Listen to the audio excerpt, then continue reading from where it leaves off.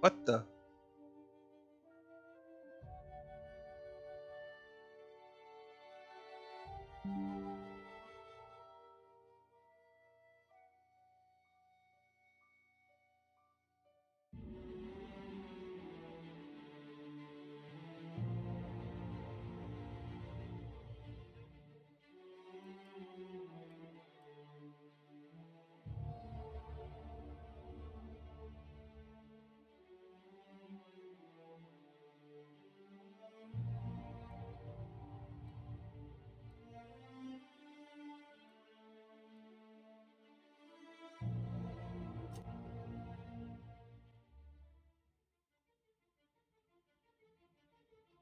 Why stay earthbound when prosperity awaits you in the stars? Come to Halcyon, the only colony on the edge of the frontier, owned and operated by corporations.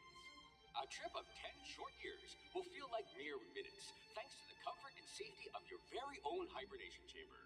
You'll wake up in a perfect society designed to maximize your productivity with guaranteed full employment. With only a minor term of service, you will become the master of your own destiny when you go out of this world to the Halcyon Colony.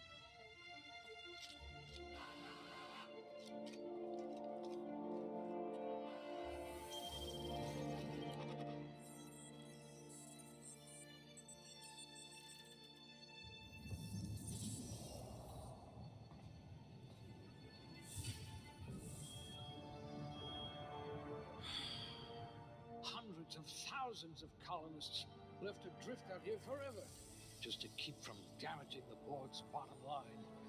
Disgraceful.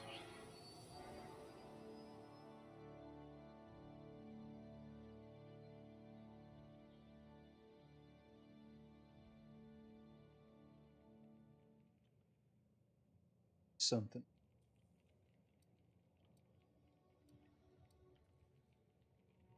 Pardon.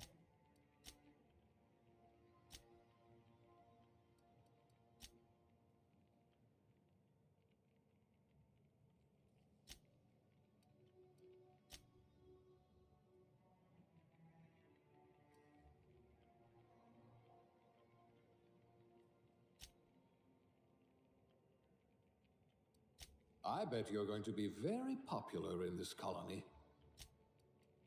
Finally, evidence of intelligent life in Halcyon.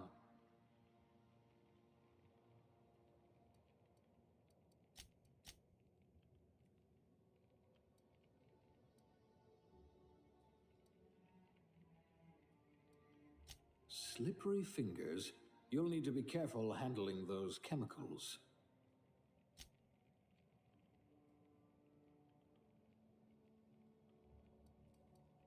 Must remember not to sneeze near you.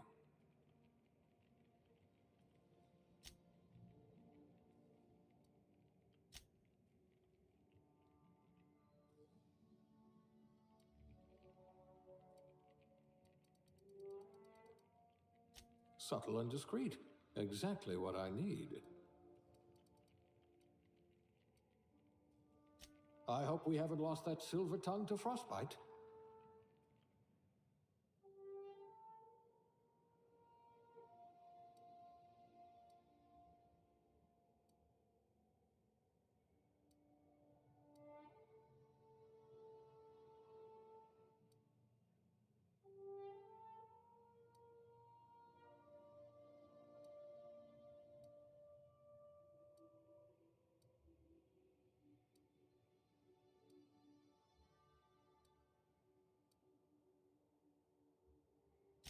I wonder what experiments you were subjected to.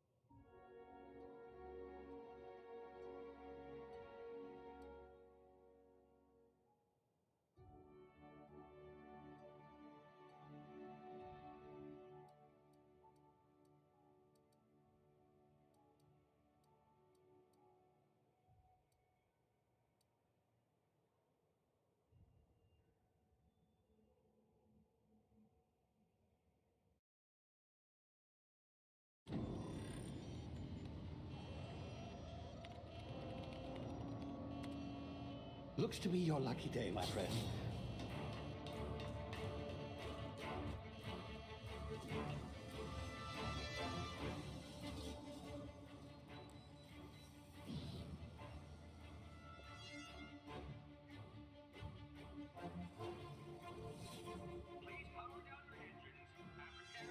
Not likely, bootlickers. Initiate skip jump.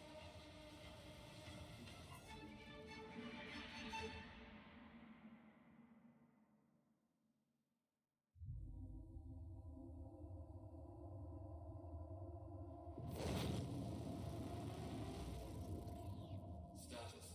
Structural integrity down 25%. Power levels down to 9%. Skip drive. Shit. Inoperable.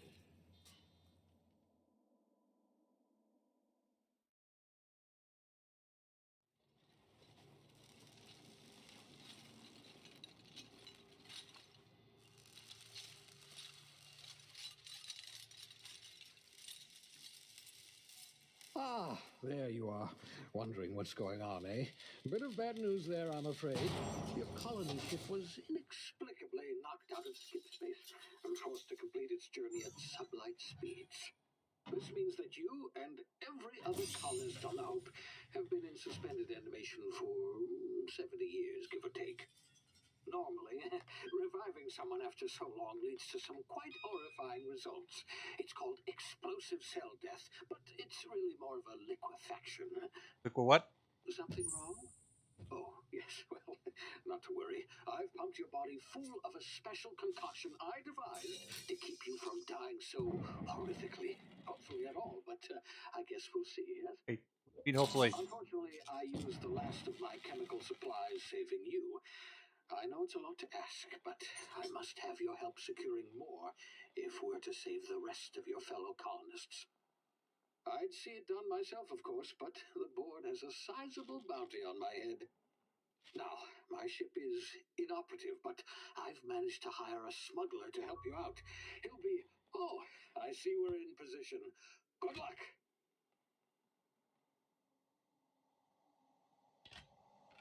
Something's supposed to happen? Never mind.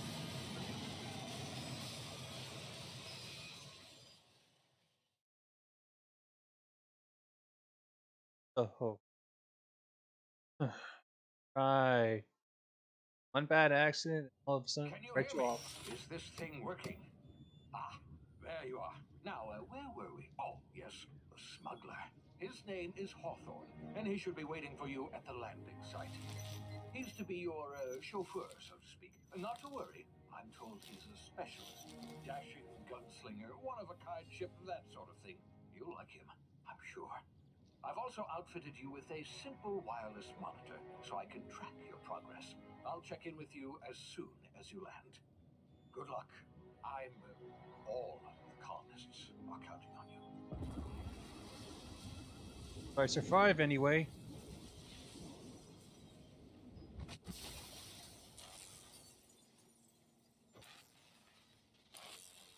Part of a stasis pod. Purpose. Purple drop vessel.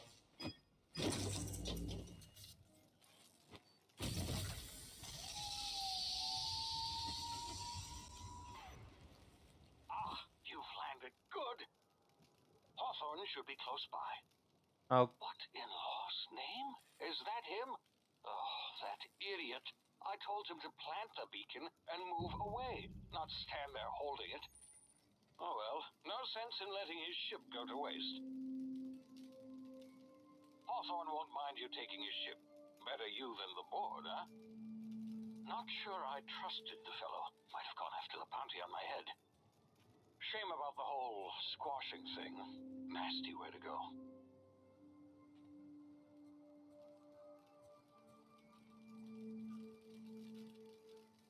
I could just take his boots. Nope. Fine. There's a nice boot.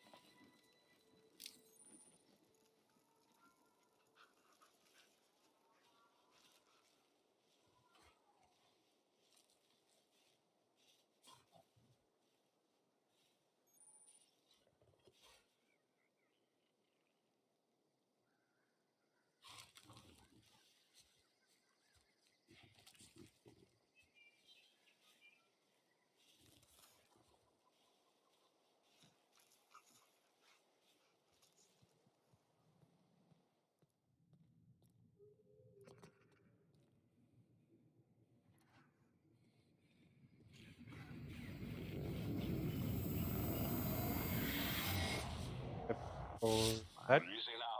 You've been frozen for a while. There's bound to be unforeseen side effects. Placement. One zone.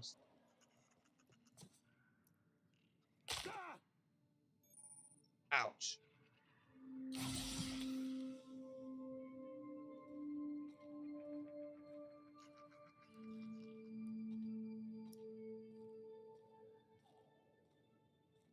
Hey, you, come here.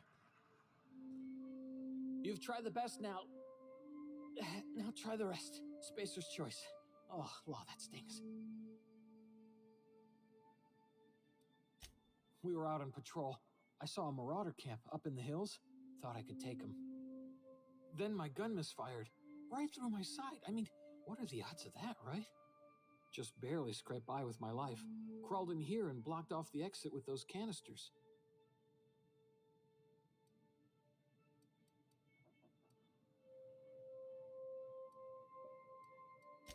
Investigating an illegally grounded ship. All spacecraft must arrive and depart from authorized landing pads. That's board law, that is. Some hull had grounded their spacecraft out in the open. That's a real good way to attract marauders. See those canisters by the entrance? Marauders come sniffing around in here, and I can take them all out with a single shot. Not bad, huh?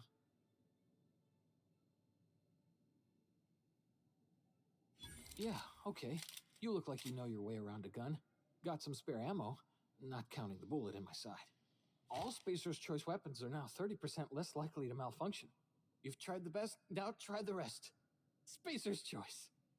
Yes, nailed it that time. Why 30% less? The original percentage. Never mind. Corporate drones. Damn it, my ears! Oh, what just happened? Can you hear me? What in the hell? This...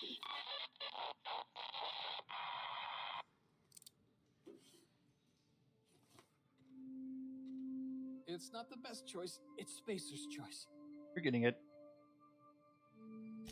You hit your head or something? You're in Emerald Vale. We're a Spacer's Choice community. Edgewater's a little ways down. Prettiest place in the Vale. Be sure to stop by a provisioner's for a can of our famous salt tuna.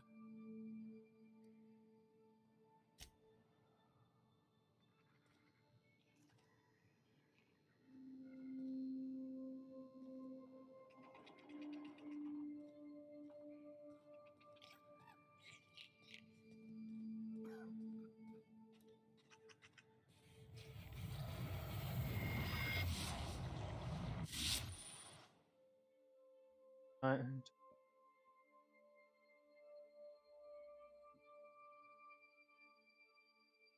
time is 10.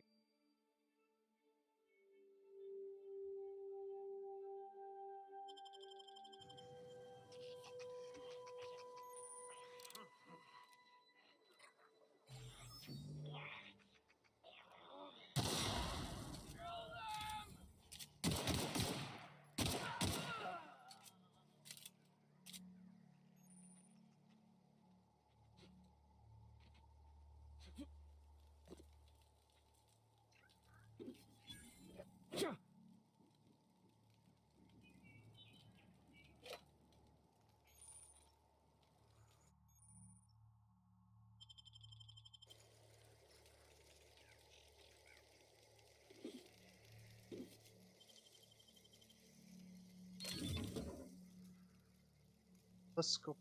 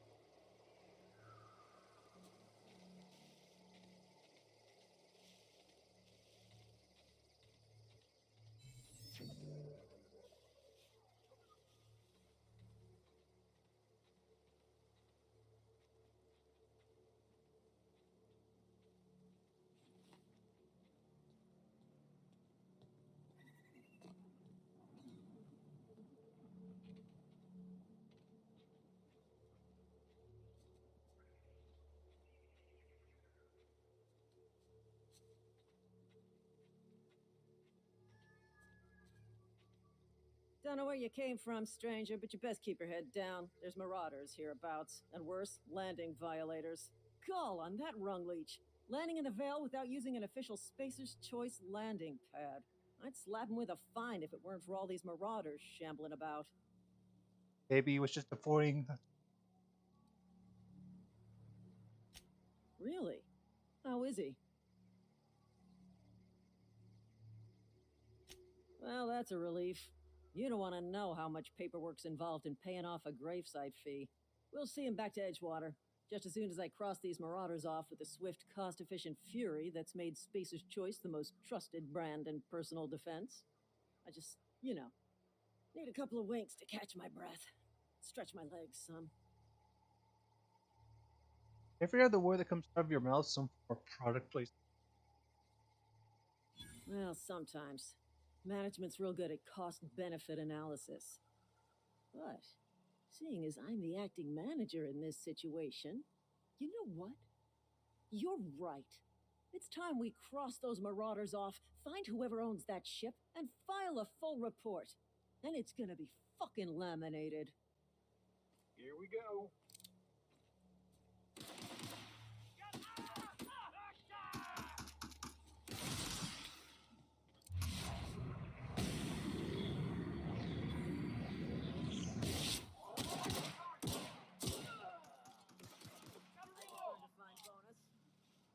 Waste of company ammo.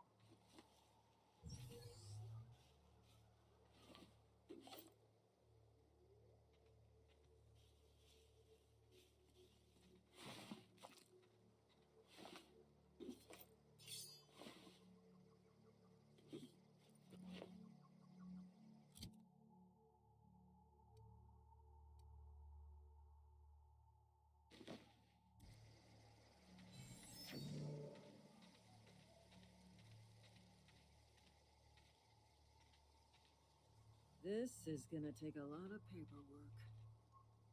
Do that.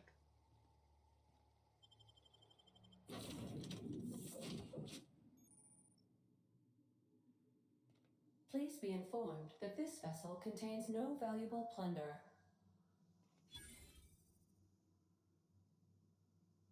Marauder, please be informed that ignoring me is dangerous for your health. Hello, Marauder. I am Ada, the autonomous digital astrogator of this vessel. Please be informed that I am authorized to use violent retribution against unwanted solicitors.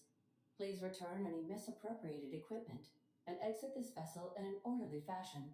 Failure to do so will result in your immediate destruction. Really. Or find navigator. Jettison procedures initiated. Disengaging airlocks. Prepare to eject all boarding parties in 5, 4, 3, 2, 1. We're inside a planet's atmosphere.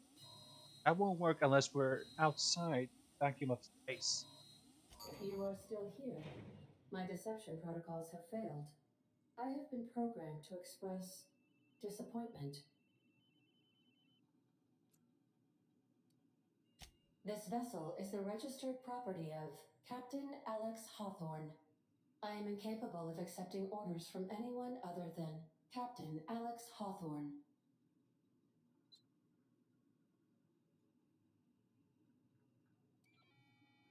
I understand.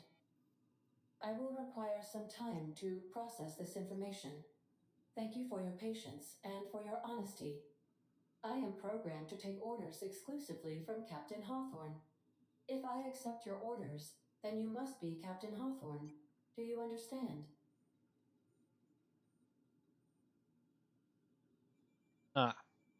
Program the ship not only to him. It's Captain. Fine. Well done, Captain Hawthorne. I see your powers of deductive reasoning remain intact.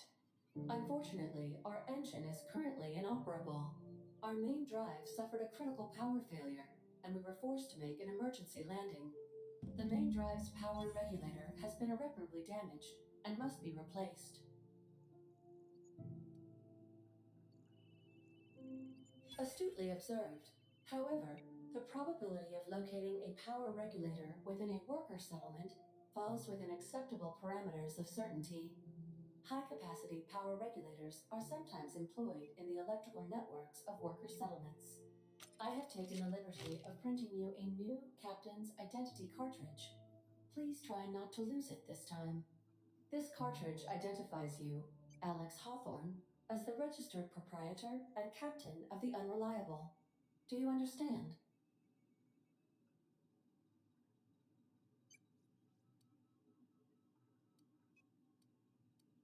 Best of luck in your search for a power regulator. Try to stay alive this time.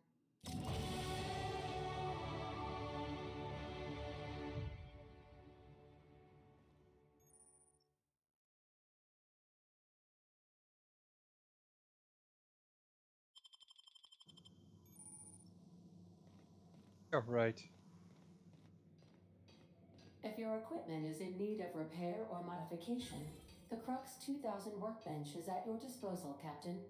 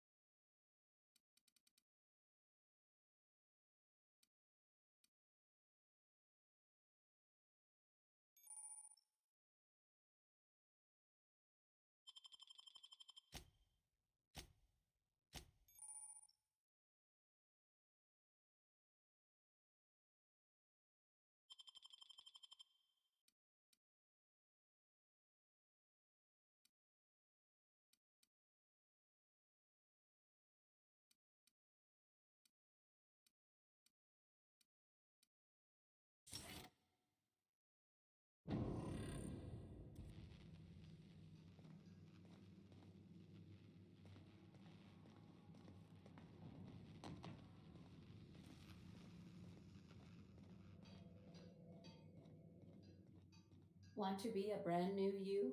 Try out our respecification machine. Alex installed it himself, right before he died. Very respect character.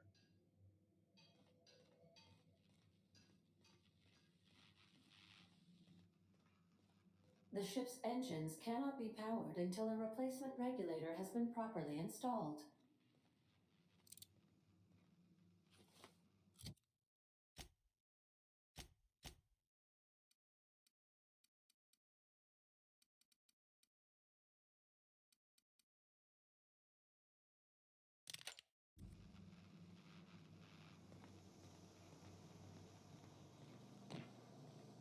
Due to catastrophic power failure, all doors will remain on security lockdown. Of course they are. These are the crew's quarters. Alex preferred to travel alone, but he always had me.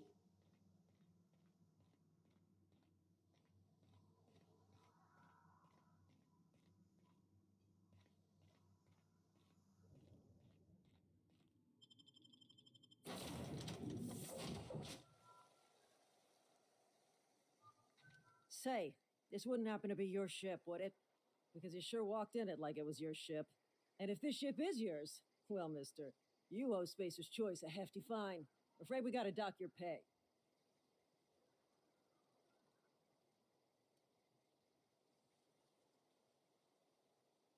Oh, by the law. I'm so sorry. I had no idea we had an inspector coming. If you'd like to speak with my manager, I report to Constable Reyes in Edgewater. Edgewater's not too far. Just follow the road east of here, over past the cemetery. Now, if you'll excuse me, I need to inspect the crime scene before I make my report.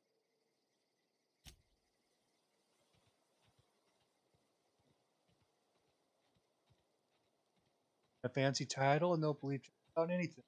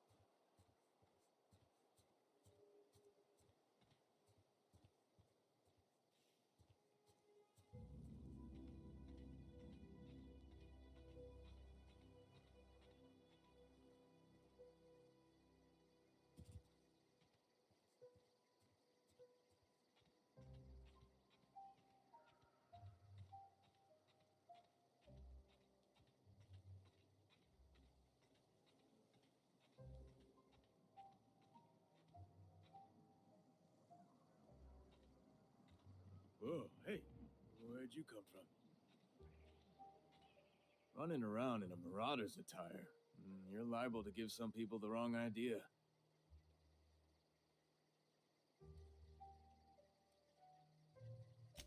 Just passing you a fair warning is all. Ain't safe out here.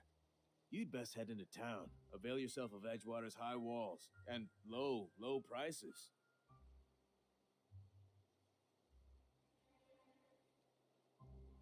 And with a sales pitch. Basically, every sentence that comes out of their mouths. And being vigilant.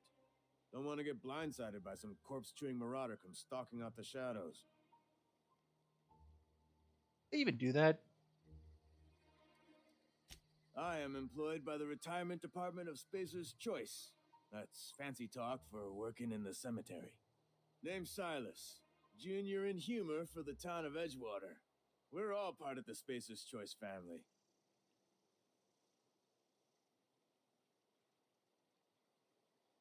Fancy title for a great.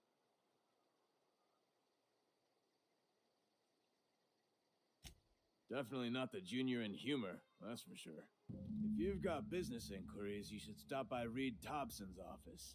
He's up in the tower above the cannery. Head into town, follow the road. Look, you obviously ain't a worker. What's your racket? You a smuggler? Freelancer? On the work.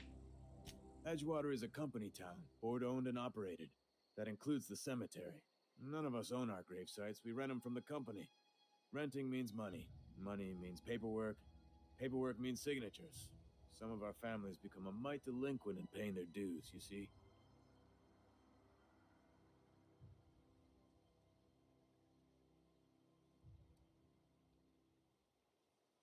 Kinda sad, isn't it? Company policy. If it was up to me, I'd put the whole town 10 feet under, free of charge. 4 workers still haven't paid up. Phyllis, Conrad, Ludwig, and Martin Abernathy. He's a special case. You may want to twist his arm a little. He just is. Look, I don't want to get into it. Just make sure he pays up. Conrad's got a barbershop in town. Phyllis works at the cannery most hours. Abernathy... I ain't seen him in a few days. His domicile is near the cannery. You'll find him in town. All except Ludwig, that is. He's over by the landing pad.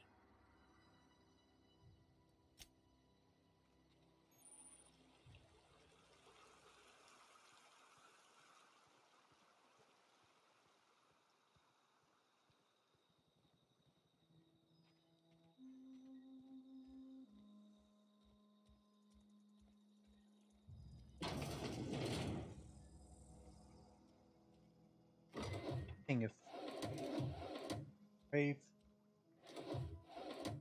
that.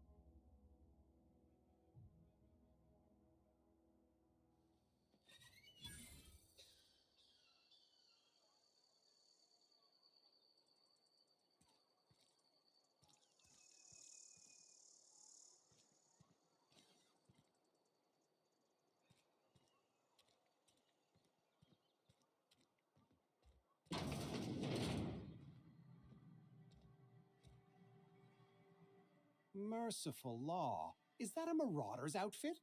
I don't want you wandering into my shop wearing something you've lifted off a corpse. Please don't touch anything. Your hands are probably crawling with germs. Physical hygiene recapitulates moral hygiene. Cleanliness is next to lawfulness.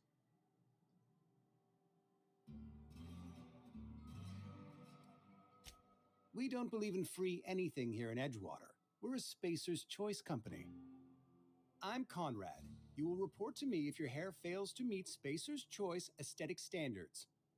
You will also report to me in the event of your death, whereupon I will clean and prepare your remains for interment. For the barber, medic, and the crew. Burial, in the unfortunate event of a fatality. It's what a barber does. We make you presentable. Ah, gravesite fees. Silas and I had talked about this at length. I thought I'd made it clear my pecuniary situation precludes the necessary restitutions. As broke as pie crust, friend. Bitless, indigent, destitute. I simply cannot afford it. I am a blemish on the prosperity of our fair settlement. When I expire, I expect Silas to toss my body into a ditch.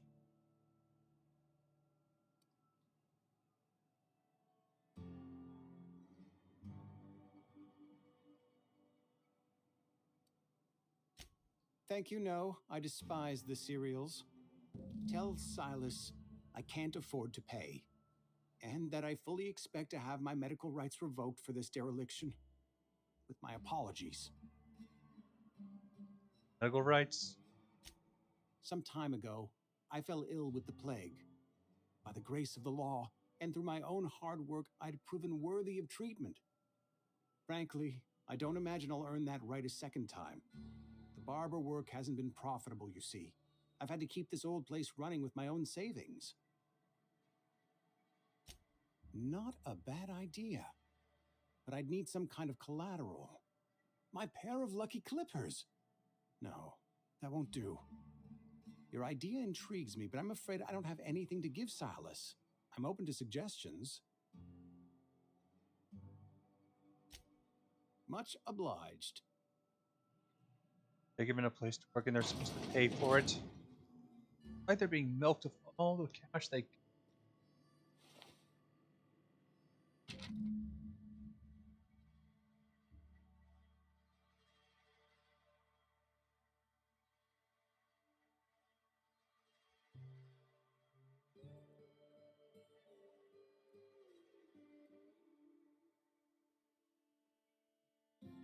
Teeth. A full set of gold teeth these days.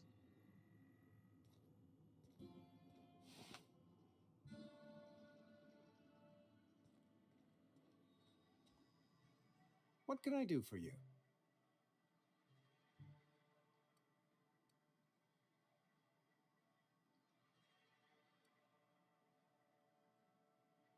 You know about Eugene?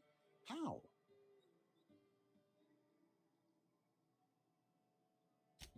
Then, you know Phyllis suggested selling off Eugene's gold teeth. I didn't approve of the idea then, and I don't approve of it now. Eugene's golden teeth were a family heirloom, representing 3 generations of poor dental hygiene. He took them to his grave. He won't miss them. That's unthinkable. Eugene's body and all rare earth minerals contained therein are solely the property of Spacer's Choice. I can't ask Silas to dig up a man's body and pry a few teeth loose from his jaw just to pay my bills. Can I? Yes, I suppose I must. Here you are. Gravesite papers affixed with my signature and an IOU.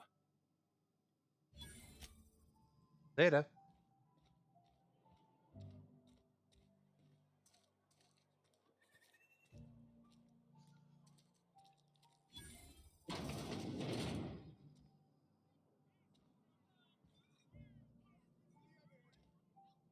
You read the. I don't know you. Uh-huh. The Unreliable, you say? Never heard of any company supply ship with that particular name. I don't know what you're about, but this here's a Spacer's Choice drinking establishment. We're all loyal, hard-working company folk here.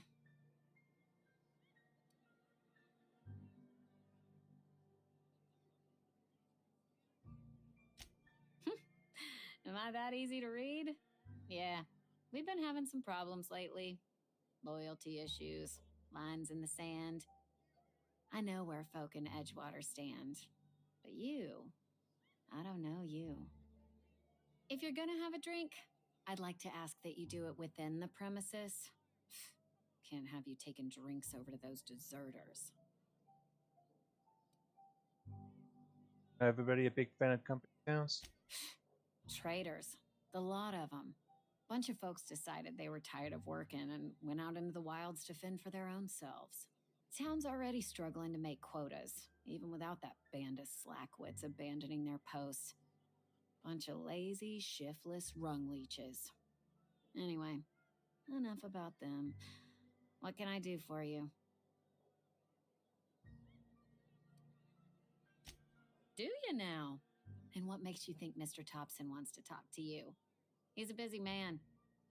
If you want to talk to Mr. Thompson, try ignoring your duties. He'll summon you up to that great big tower atop the cannery, and you'll get yourself a proper dressing down.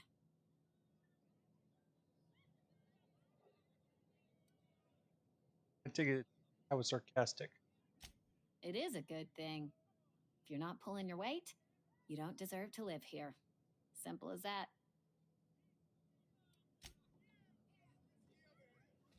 Quite a bleak future.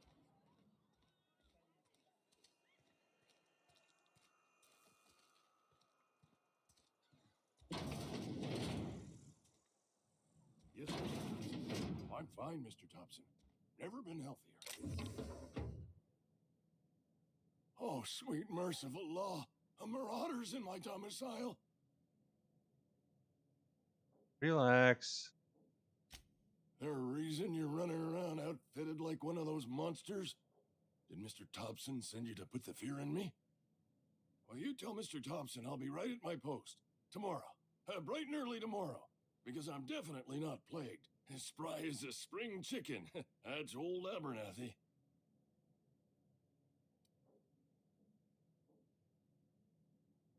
Those don't sound healthy to me. You some sort of wandering alienist? Walking into a man's own domicile, pestering him about his mental state?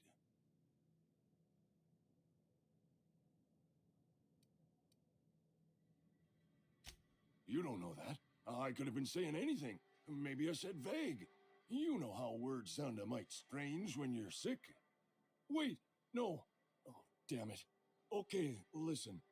Maybe I am feeling a little under the weather, but I swear I'm on the mend. Please, don't tell the constable.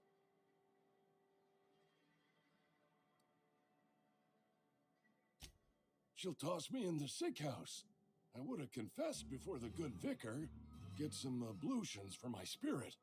Just never found my courage is all.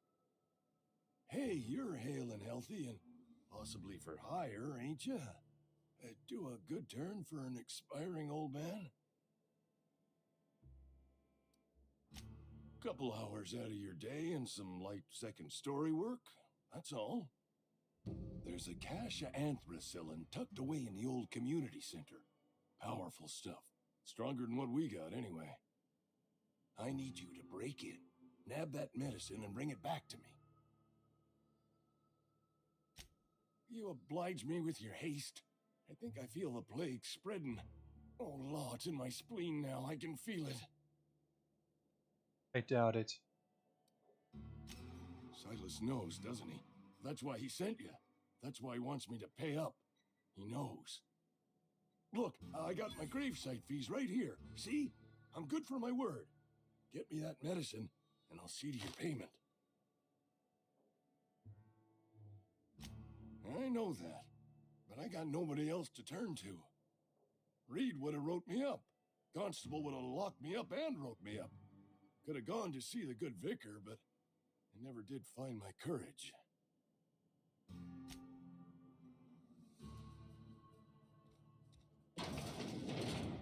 You're making a mistake working for Abernathy. Excuse me. I'm Esther Blaine, Spacer's Choice Actuary.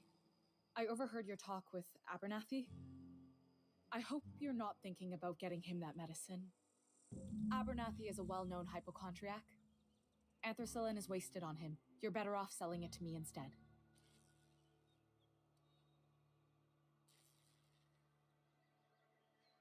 All I'm saying is Abernathy's worked in this town longer than some of us been alive.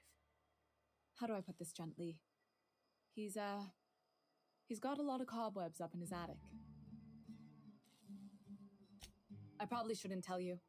Don't want you implicated for what I'm trying to do. All right, here's a summary. A lot of sick people in this town, and we don't have the medicine to treat them all. Can't reach out to corporate without crossing a river of red tape, so I'm reaching out to you.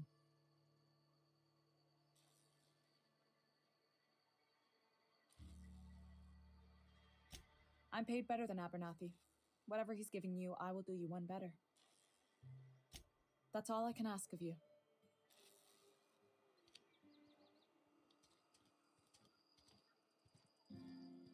Friend of mine died a couple weeks back.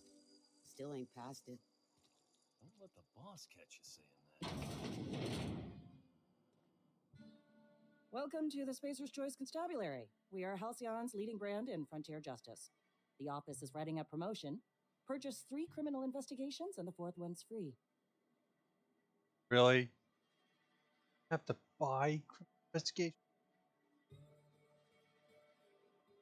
This is our future. Just now. Know how to carry yourself in a fight? I've got bounties out for these 3 marauders. Cross them off and bring me their fingers. Just 1 per marauder, please. I'll dust off the old fingerprint roller.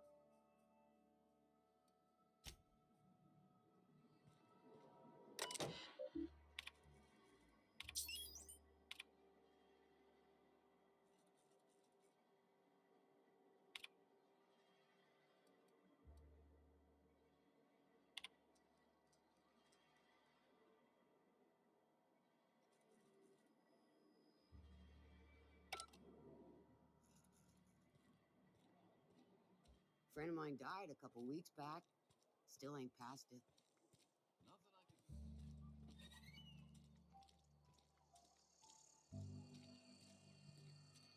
Hey, you hear about Wilson? Heard Marauders got in. Just between us, Wilson deserted. Lost his nerve. Ran off.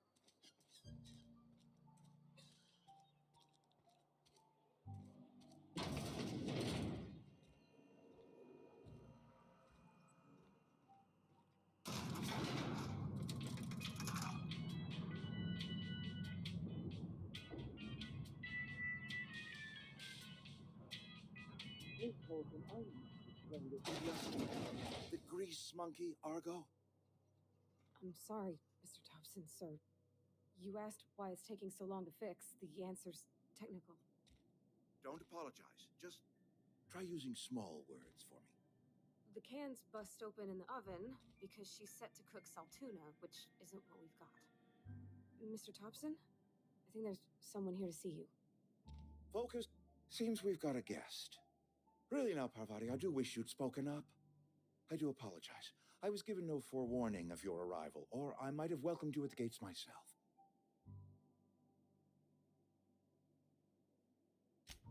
I'm Reed Thompson, Outpost Administrator. I must say, wearing a Marauder's outfit is in very poor taste. I do wish you'd show your uniform a little more respect.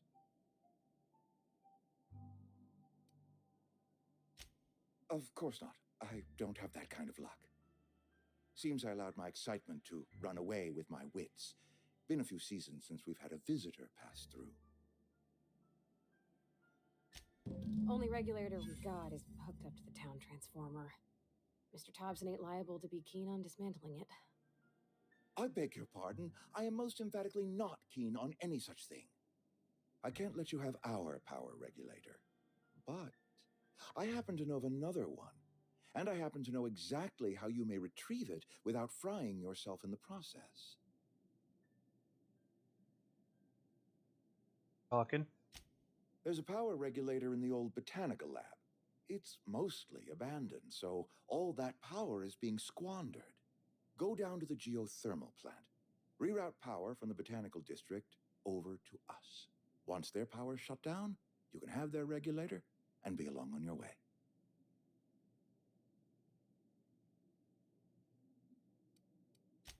I was not entirely sure how to tell you this. The botanical labs are not legally inhabited, but there are people who live there.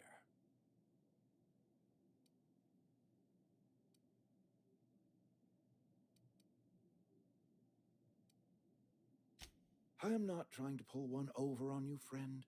You were bound to run into them sooner or later. The people living in the botanical labs, they're deserters, former workers. I need them back at their posts. I need them to come home.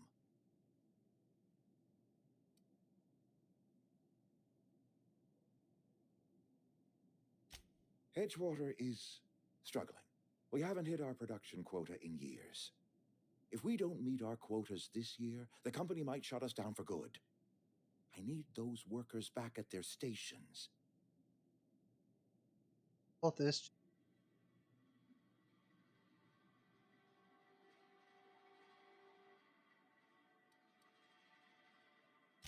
Neither do I. The fault was entirely mine. I pushed them too hard. My hope is that by cutting off their power, you will convince those deserters to come back to town. Before you go to the plant, I want you to stop by the botanical lab. Speak to their leader, Adelaide. Tell her the power's about to go, and that it's time her band of deserters came back to town. Adelaide's older than the other deserters. She's dignified, kindly. From what I understand, her camp looks to her for leadership.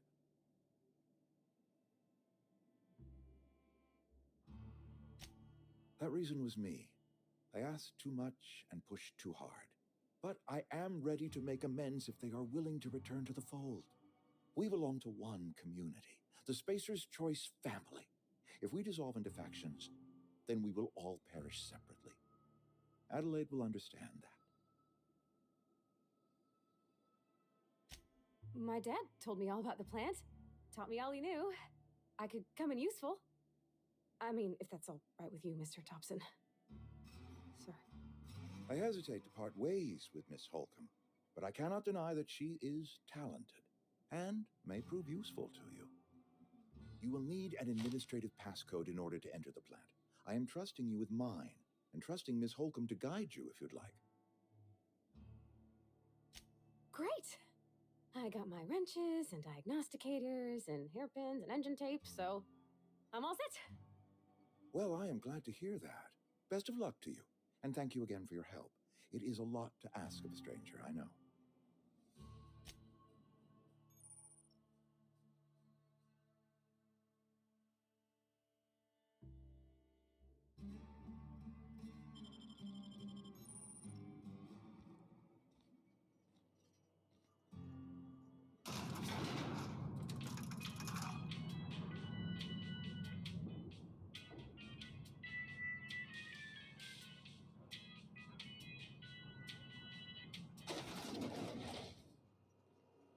Hey, mister, can we talk? Sorry. You just want to get out of here. And you likely don't want to tag along like me. It's just, Mr. Thompson has his own view on matters, on account of it's his job and what all, but that's not the only side of the tale.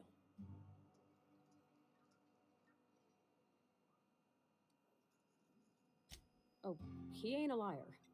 He believes every word he says. It's just, he doesn't always get where other folk are talking from. To Mr. Thompson, a person's a gear. It does its job quiet-like. If it squeaks or stutters, it gets replaced. The deserters are decent folk.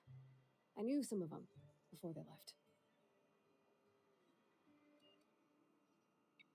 Miss McDevitt? Oh, gosh, no. She was a real important person. A flavorist. Made all the food taste decent. She used to work up in the big office with Mr. Thompson. Alls I know is she left after her son died. It was a real big to-do. I could hear them both yelling clear from my own place.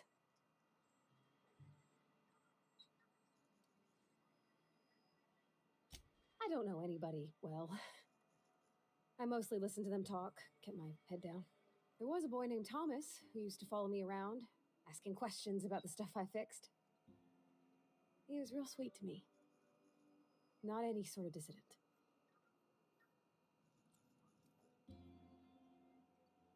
Can't say as I know. I wasn't there. The sound carried, but not the words. If Mr. Thompson ain't of a mind to tell you his own self, you'd best ask Miss McDevitt, if you can get out to her.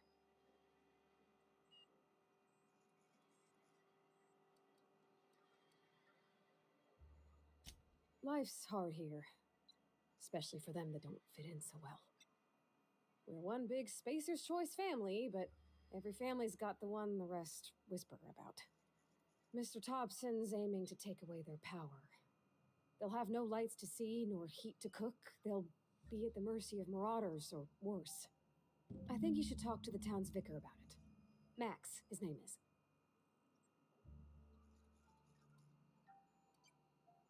Thanks, mister. I just think when you gotta make a decision that'll hurt somebody, it's best to think on the right and wrong of it. That's what my dad used to say anyways.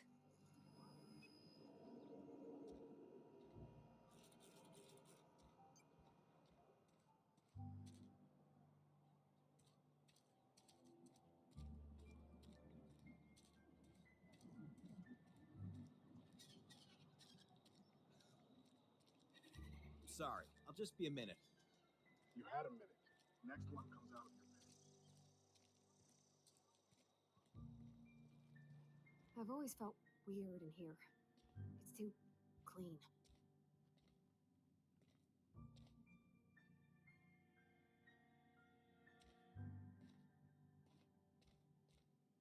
Hey there, Mary.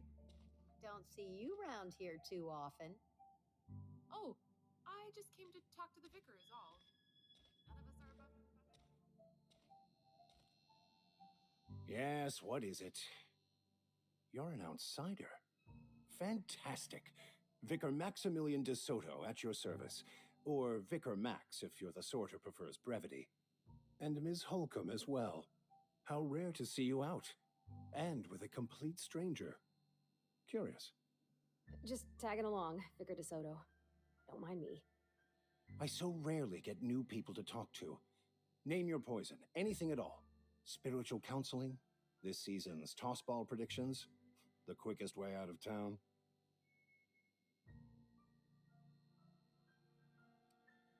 I've never seen you before, and there's been no paperwork indicating a transfer. Half the time it's wrong, but a new worker without paperwork? Unheard of. Also, you lack the distinctive worker gaze. Usually either a deadening behind the eyes, or in some rare cases, a wild-eyed frenzy, like a trapped animal. Pretty universal here, except for Ms. Holcomb, who for some reason doesn't seem to have much to say to me. Isn't that right? It's just... there's more to it all than numbers. Sorry.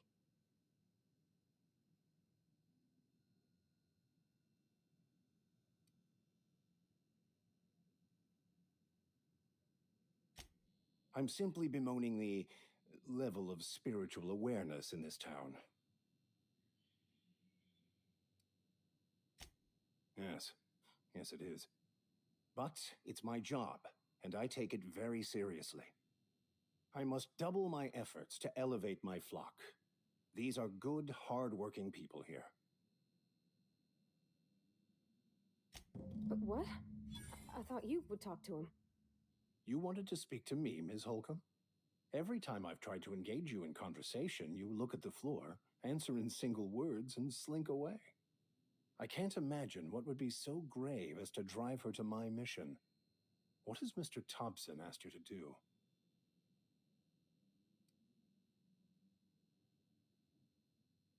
Depriving them of safety from the marauders and wildlife. I can see why that troubles you. Miss Holcomb has a soft heart. Always has, if you believe the talk.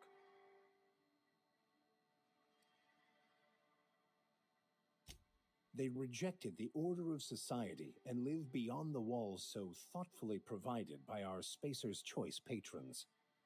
Does that strike you as a responsible life choice? Thoughtful.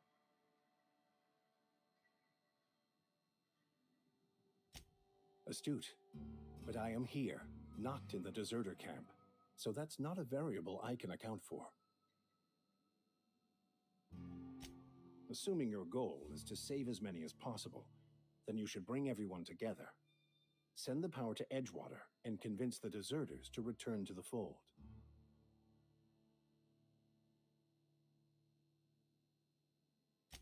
Not if things are left to stand as they are.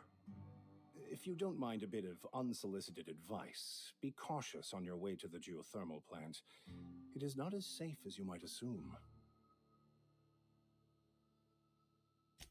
One of the reasons I transferred here was to fulfill my duty in hunting down banned heretical texts. I happen to know such a book is, as we speak, tainting a collector's library in Emerald Vale.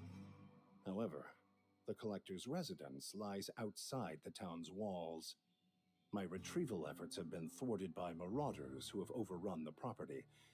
Should you fare better than me, I'd pay a handsome sum for the book.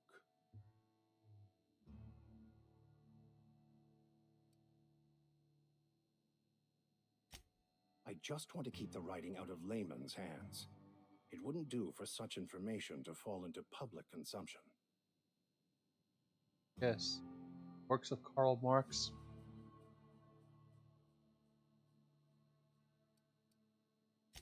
It's a handwritten journal, A faded blue cover with the name M. Bakonu handwritten in the lower corner. I'll mark where I saw it on your map. Assuming you're serious?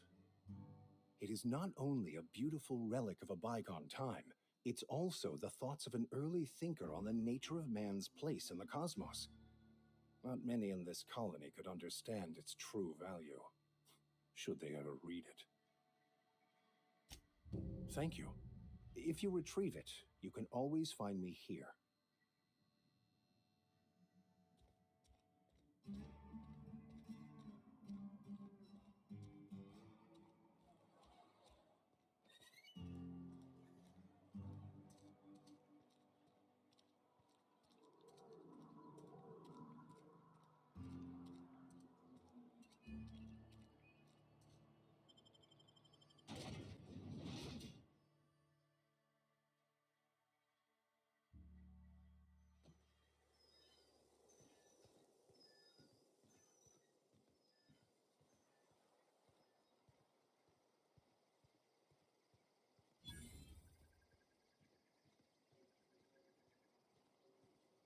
When I was little, we'd get freighters in every Sunday noon.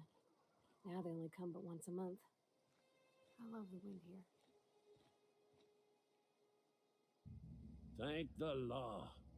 I've been requisitioning backup for months. Guess the boss finally came to his senses. You ever swung a truncheon? Let me see your rifling stance. I want to make sure you're up to snuff. I told Silas I'd pay my dues if he agreed to join the resistance. Guess this means he's finally heard the calling. The war, the coming apocalypse, man versus machine.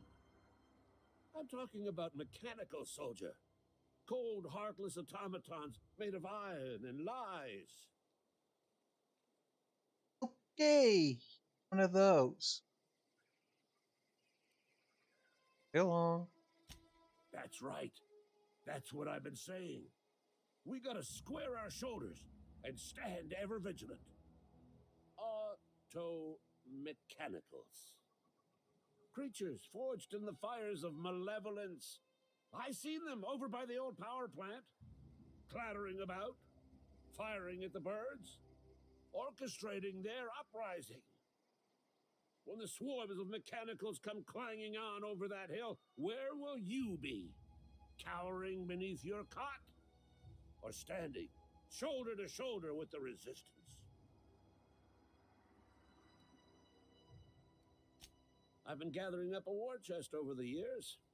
Saltuna cans, mostly, some Spacer's Chaw, few bit cards. I'll reward you for your aid. Enlistment fees. Yeah, I suppose. Wouldn't want to give the Resistance a bad name.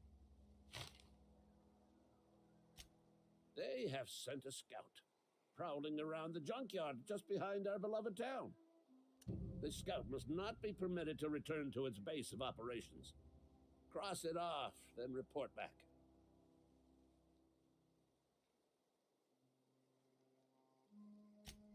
Mechanicals got a weak spot in their midsections. I think the technical term is, the blue glowy square thing.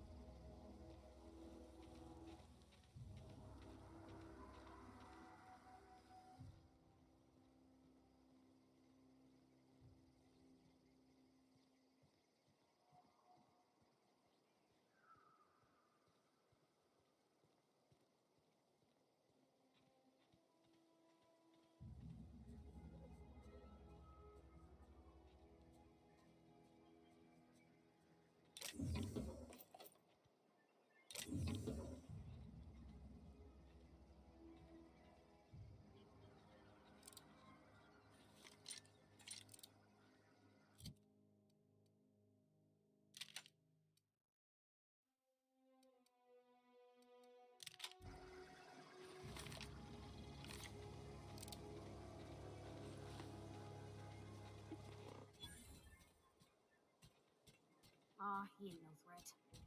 But I could fix him up smart. Searching for repair bay. Error. Navigation systems failed. Unable to comply. I could probably fix that. I mean, if you wanted me to.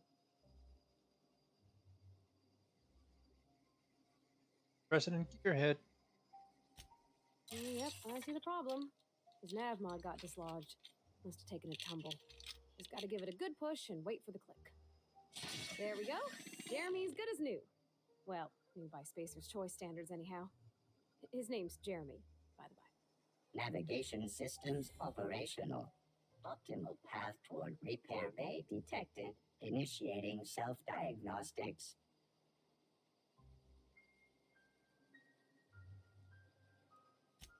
On account of I fixed him. And he's Jeremy on account of his helmet. It's like Jeremy, the officer in True Romantic Tales of the Space Guard.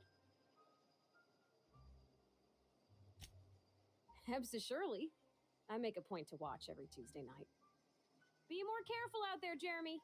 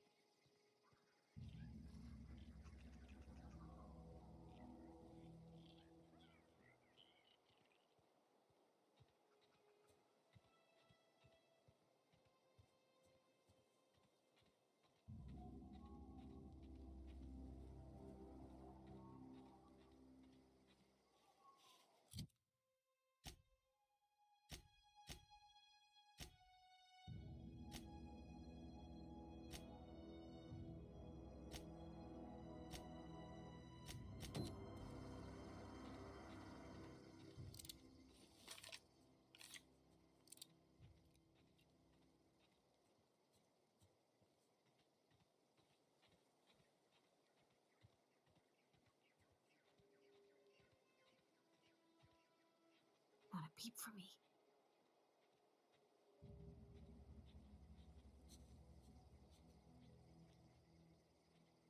Huh?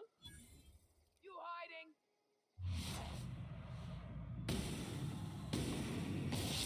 Coming! Don't mess with us!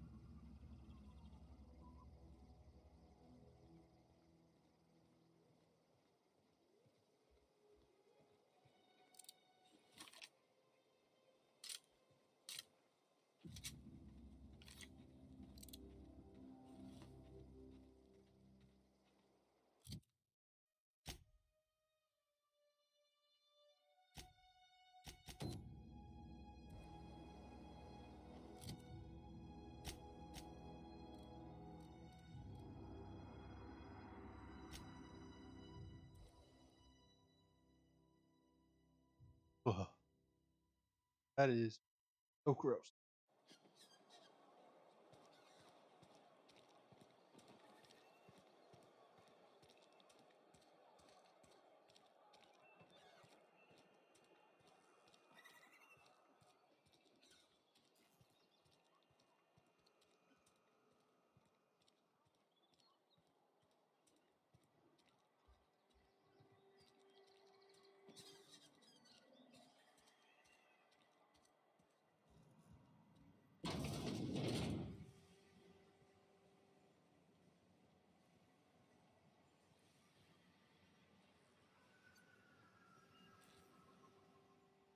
You the new worker?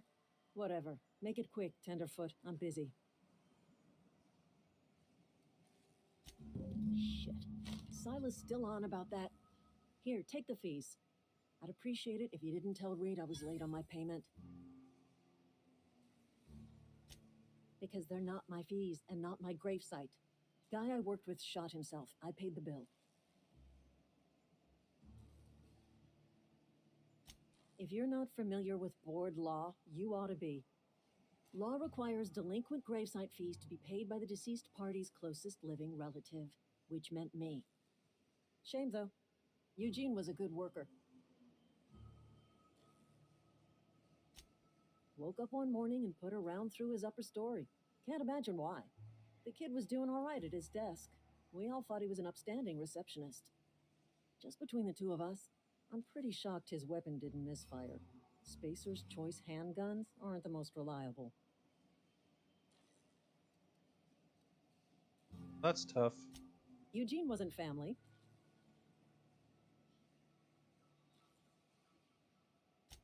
Yeah, I was the closest living person relative to his body at time of death. I'm the one who found him, you see, so I pay the fines. Suicide's a crime. The legal term is irreparable damage to company property. What Eugene did to himself was vandalism.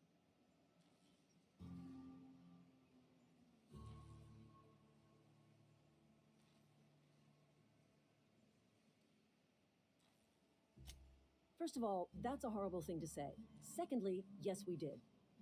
When one of your workers commits a crime, the entire town pays for it. In other words, Edgewater would have been penalized pretty hard. Whatever Eugene was worth as an asset, we would have had to pay out of pocket to Spacer's Choice.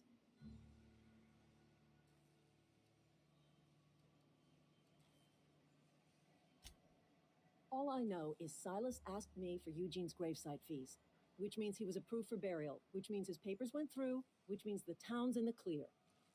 I'm just glad to put this whole ugly affair behind me. Eugene can rest his bones in peace, and the rest of us can get on with our own lives.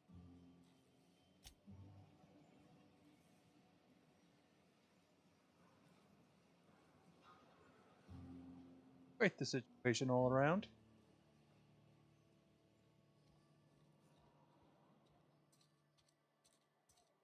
Relative to a vacation at a freaking court post.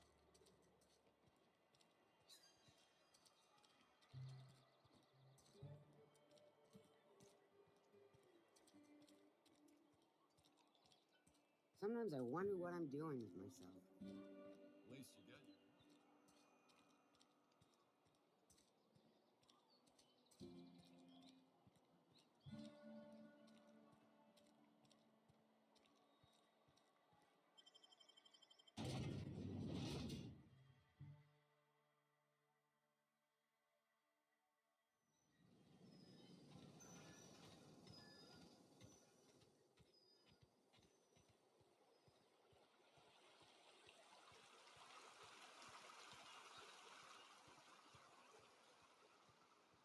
Hey, Miss Parvati. Come for a visit? Things going all right, Silas? Been keeping him careful and true, miss. Best to ask her yourself. My dad's buried here. Silas watches over him when I can't leave the house. Oh. Well, thanks. Something I can do for you? You run into any trouble? Reliable work from a freelancer. That's gonna take some getting used to.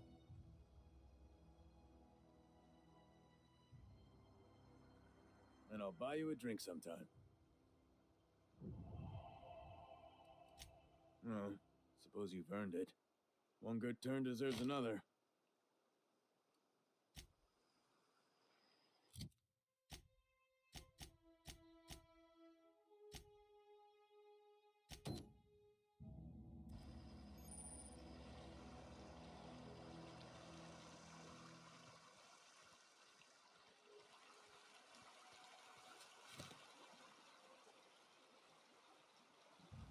I used to skip rocks in the river until Constable Reyes ticketed me for unlicensed terraforming. I think she was jealous. She don't know how to skip rocks her own self. Seriously? Kids are punished for being.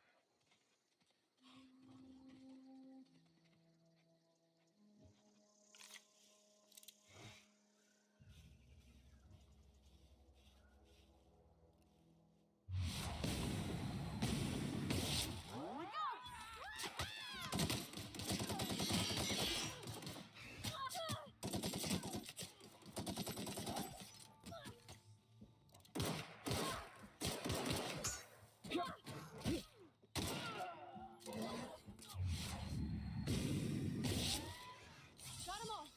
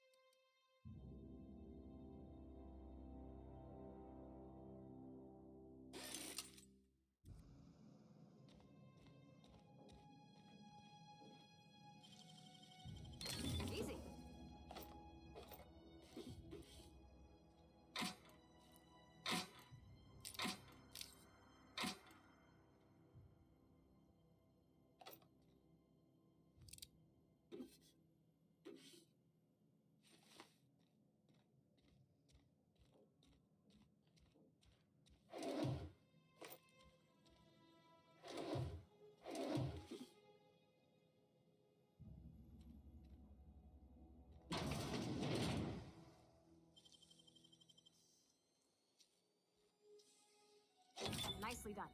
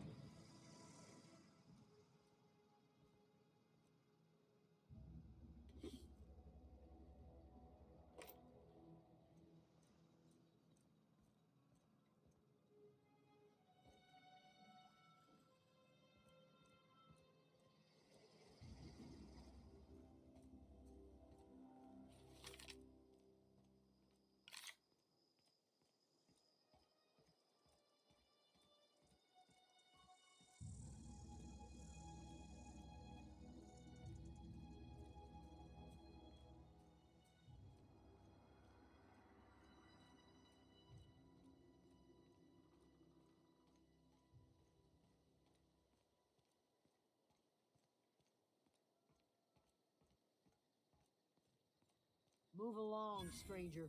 We don't want any trouble.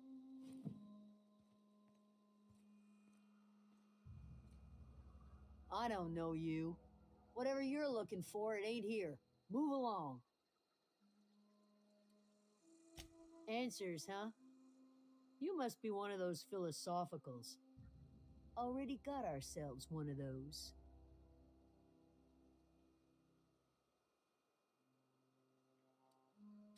Yeah, that's us. And you can tell Thompson we're doing just fine by ourselves. If you're gonna start wandering around my camp, know that I got my sights on you.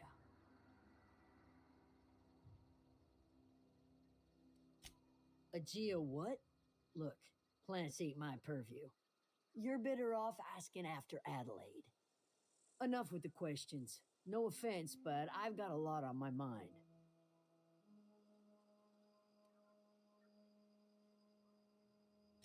Well, look at you, buzzing around the Aether with your very own ship. Rest of us gotta make do with the ground at our feet. No, I'm sorry. That was unworthy of me. Lady named Zoe went missing some nights ago. Just up and vanished without a trace. Now I'm pacing around wondering if marauders got to her. It's not like Zoe to go wandering. Figured she might be out scavenging, but that ain't exactly her talent. Can't imagine where she's gone. Vale's a wide place. She could be anywhere.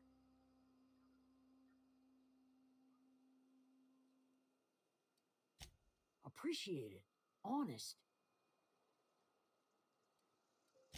Over in the hothouse, tending crop.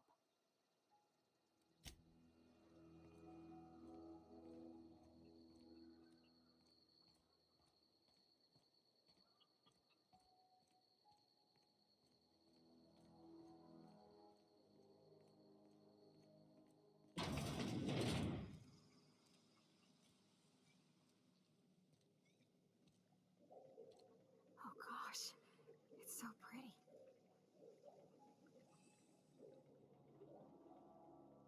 If you're hungry, there's meat turning on the spit outside.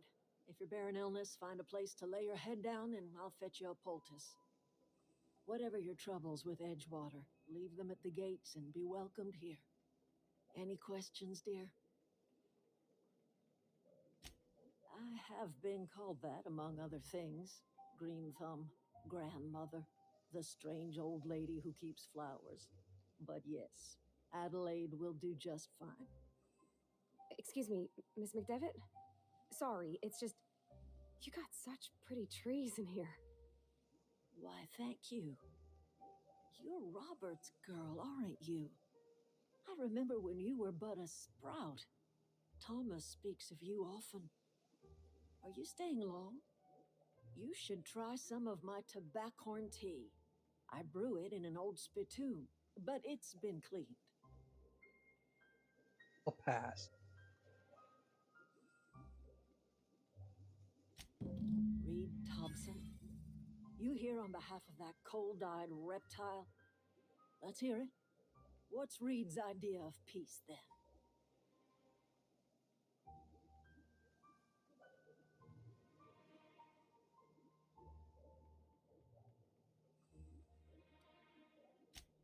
Make amends. Spare me. Only thing Reed knows how to make is a mess. Like everything else that comes out of Edgewater, that peace offering is canned. I and my own are living just fine out here by ourselves. He would do such a thing. The question is, why would you agree to his plans?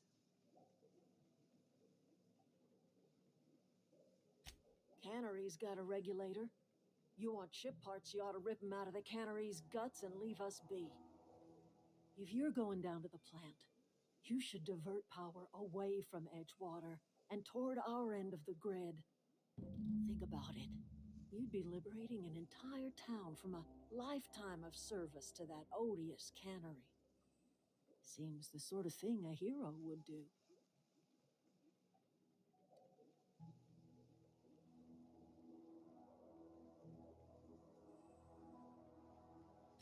You've seen that miserable excuse for a town with your own lamps. Hollowed out workers laboring their lives away at the cannery, living off whatever scraps Spacer's Choice throws them. You know that's true, don't you, Ms. Holcomb? Your father died of overwork. His heart gave out. He was tired all the time, sure, but he was old, ma'am, and he raised me all by his lonesome. Look what they did to this child. Lost her family to the company, and still she defends them.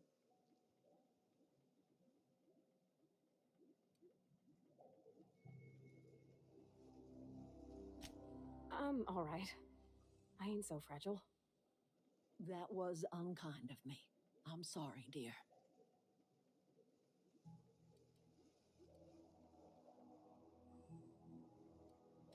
Life in Edgewater grinds to a halt. The cannery shuts down, workers desert in droves, and our own little camp grows and thrives. You bring power to Reed's town and you'll be killing us. Reed knows it. He's counting on it. I trust you will listen to your conscience.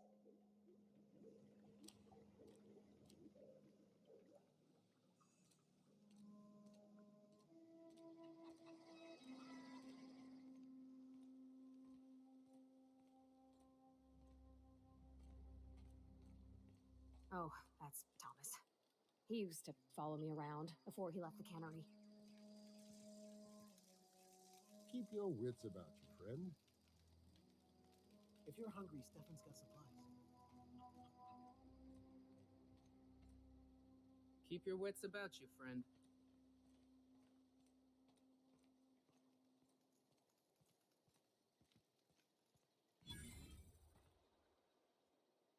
Oh, didn't see you there. I was just occupying myself with a little engineering. Whoa, Miss Parvati. Hey, you're, what, how are you? Hi, hello. Are you, are things safe out here? How are you keeping? Great, just great. I've been trying to keep stuff running, just like you. Only I'm not so... Wait, they didn't kick you out, did they? Oh gosh, no, I'm just along with this fella here. Are you from town? I mean, you don't exactly look like you're from town.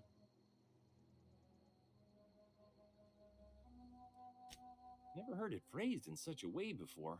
I guess we're all trying to get our ships off the ground, ain't we? Sorry, I just wasn't sure if you were from town or if you were one of us. Something's been chewing at me, you see. Fact is, I've been, well, lying. To everybody here. Camp thinks I'm a mechanical genius, but I couldn't fix a busted chair. I'll take all the help I can get. I set my mind to learning the craft of the engineer, you see. I want to make something of myself. You ever heard of the Young Spacer's Guide to Mechanical Engineering? Comes in a set of 3. If I had my hands on one of those data pads, I could teach myself the ins and outs. Those are good. My dad kept a copy with him when he was working in the cannery. I know the old community center kept a copy. Should find another one back in town. If you could find me even one of those pads, I'd be greatly obliged. No kidding! Really? Well, which one? Look at that! Building a computing machine out of Spectrum potatoes, a primer. I'm just glad it survived all these years. I appreciate you going through all that trouble. In fact, I put aside something special on the off chance that somebody'd search out those data pads for me. Sure, I'd be glad to take them off your hands.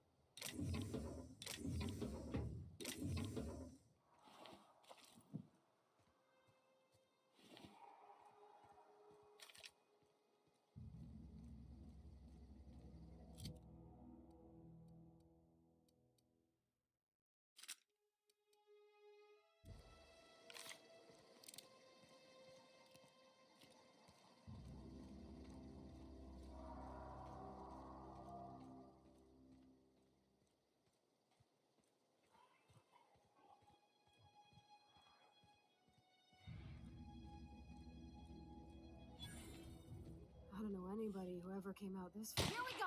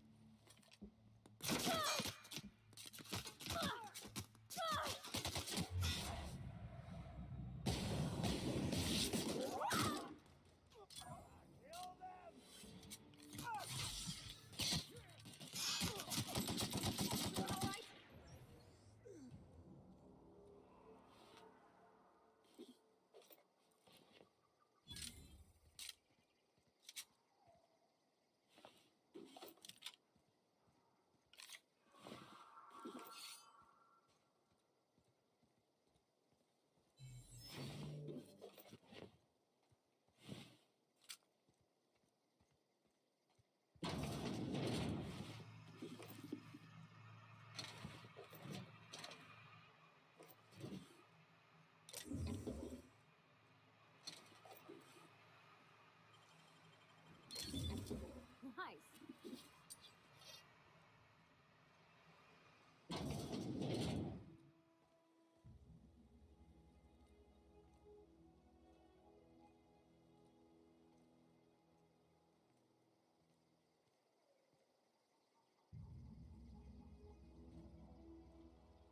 Wow, you crossed them all off, like some sort of heroic accountant running down a list. Teach me your ways.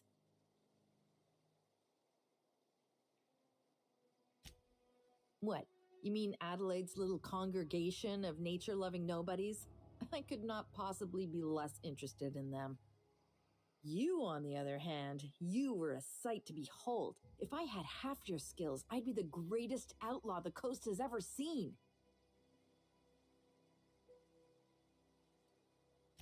I'm great at clarifying. I don't know. The vital processes that constitute the miracle of life are mysterious and unknowable. Oh, you mean around these guys? The Marauders wouldn't hurt me. They love me. I'm practically their queen. Yeah, it must be my natural charisma. Or they were keeping livestock, or all the roots. So, an idea generates. I got kicked out of Edgewater on account of falling sick with plague and stealing some medicine to treat myself. I'd heard some outlaws set up camp in the botanical labs. I decided to throw in with them, seeing as I always wanted to be an outlaw myself. Instead, what do I find but a bunch of former workers camped out around a greenhouse? I couldn't just go back to the cannery, so I was stuck with them. No. I insinuated myself into their company, see? And they didn't seem to mind one whit. I may have bartered them a few boxes of Adrena time, but yeah, I'm sure that's got nothing to do with it.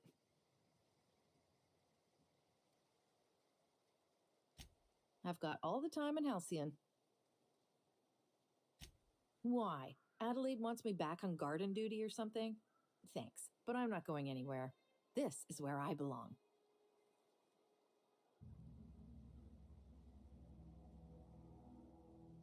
And no serial dramas. I've been thinking about going back. I just gotta know if Lord Cavendish really is the masked marketeer. I'll take my stuff and head on back, I suppose. Grace is gonna be glaring knives at me, so I've got that to look forward to. Better than staying out here.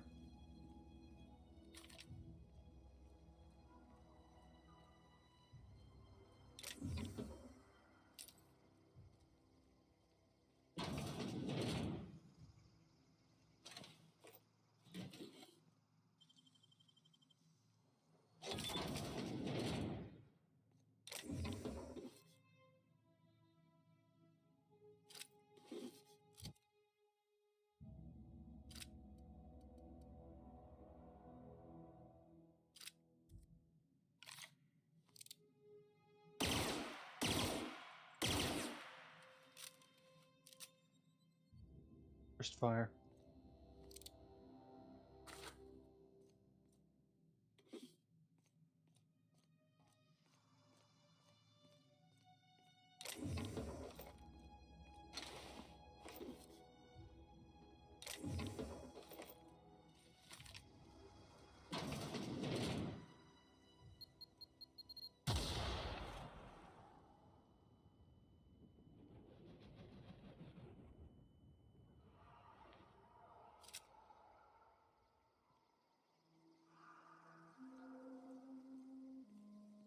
With a remote.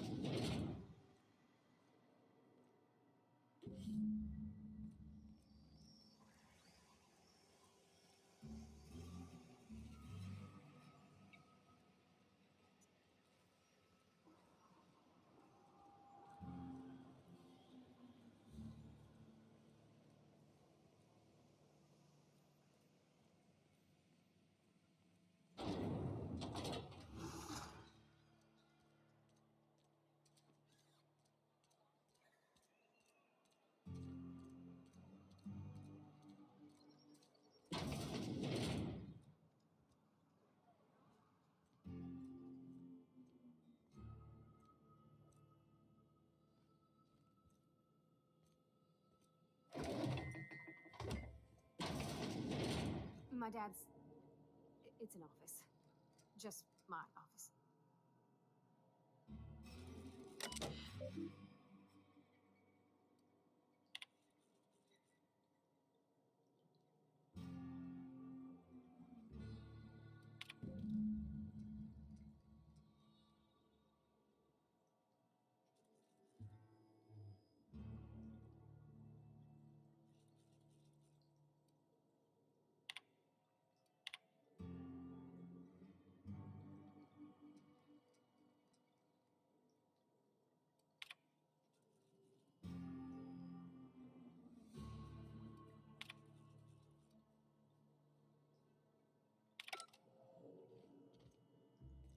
Yeah, huh?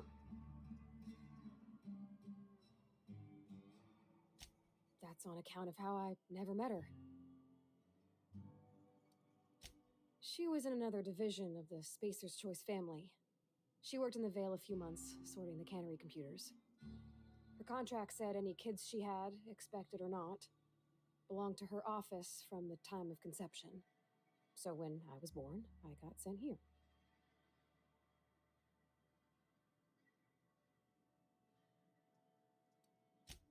Could be. Reckon I'll never know. He's just interested in fixing stuff. He always used to follow me around, asking me to explain what I was doing. Like a puppy, kinda.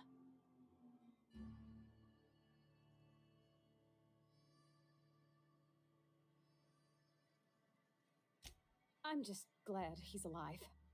That he's okay. I mean, when Mr. Thompson said he was fired, we all expected the worst. If he wants to learn about engineering, we should help him get those data pads he wants. I'd like to do that for him.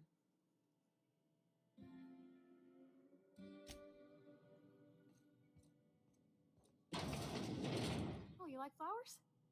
I can't find many kinds around here. Type of flower out there, I don't blame you.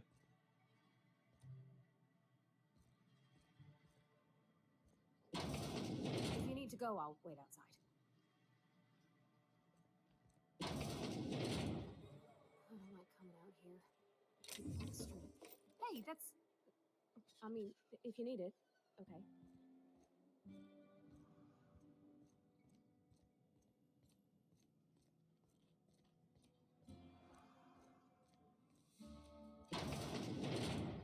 This is where the magic happens. Well, science. But it still happens here.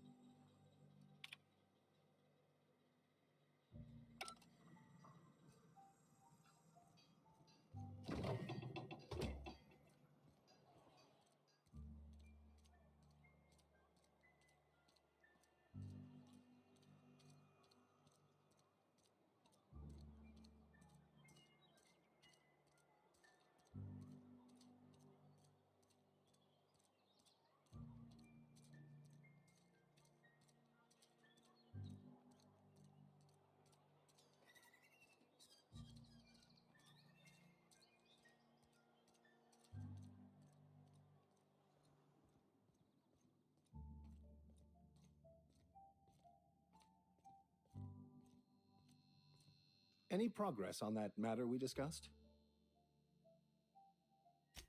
Please get it.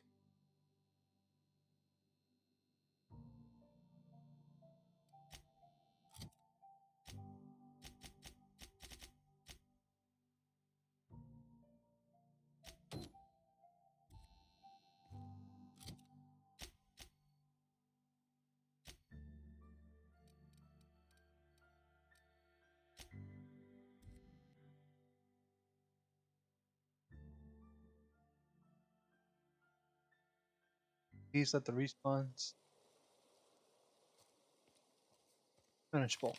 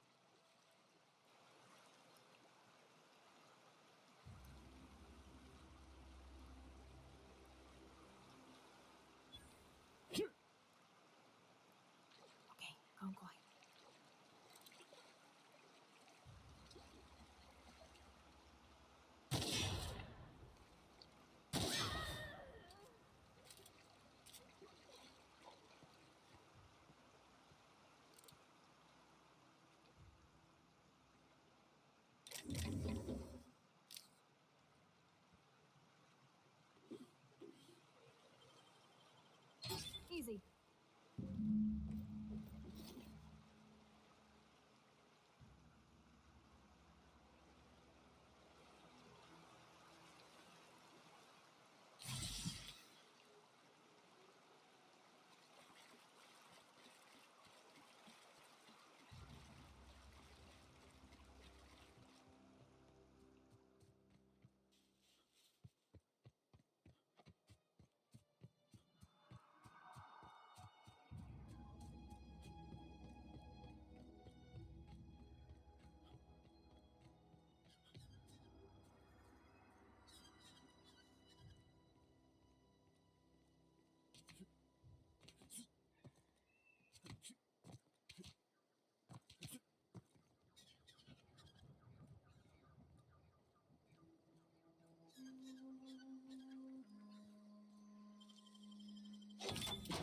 Nice.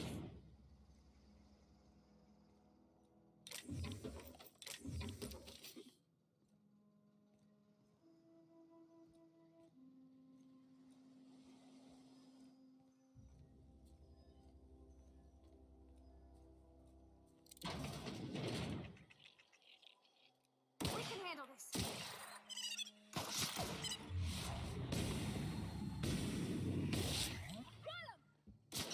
We're pretty good at this.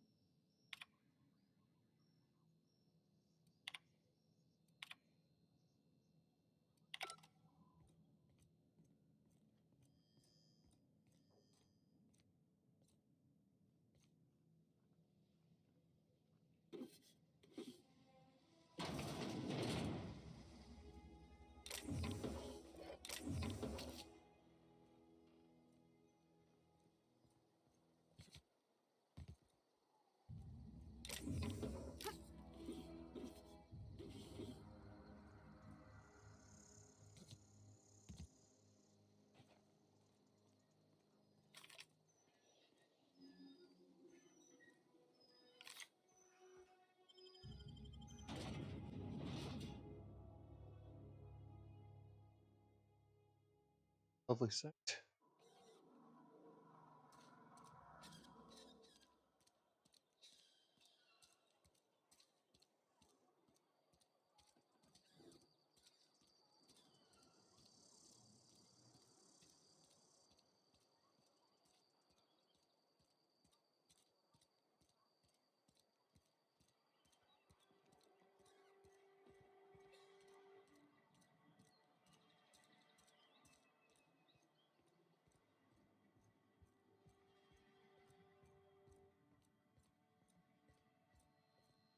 Any progress on that matter we discussed?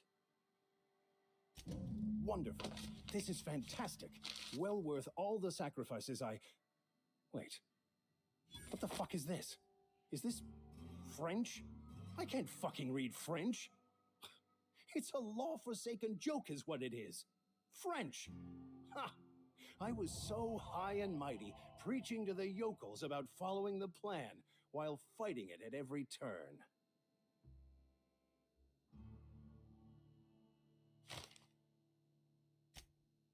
Well, yes. But I assure you, it was not for personal gain, only for the greater good. I've spent my life searching for the keys to unlocking the secrets of the universal equation that underlies the plan. I had hoped this book held some of those answers. I became so desperate, I even got myself assigned to this plague-ridden backwater to find the damn thing. All the time and suffering I've spent. Wasted.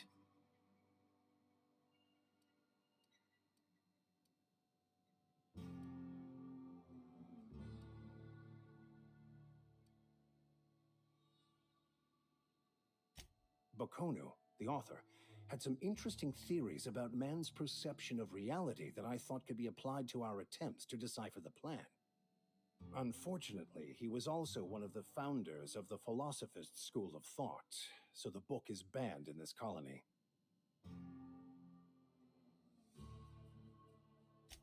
Philosophism's a false religion that stands in contradiction to almost everything we know to be true.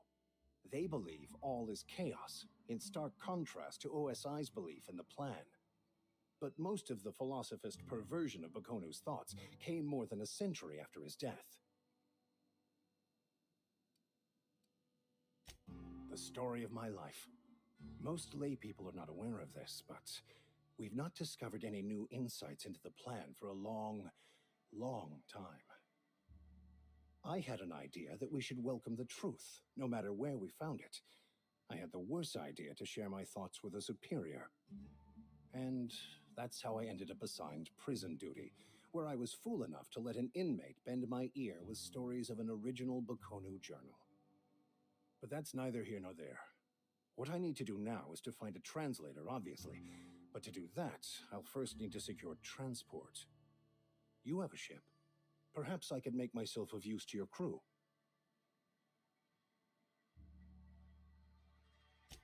Certainly. I already gave you most of my money, but I can offer you free spiritual counseling, and I'd be happy to watch your back. I'm pretty handy with a tossball stick, or any blunt instrument really. I'm also a passable gun hand if it comes to that. I can usually talk my way out of conflict, though. Oh, I'm fairly competent at hacking computers as well.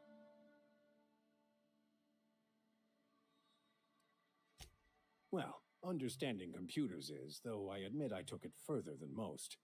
And I was quite the 32nd back during my penitentiary term. Left many an opponent bleeding in the prison yard.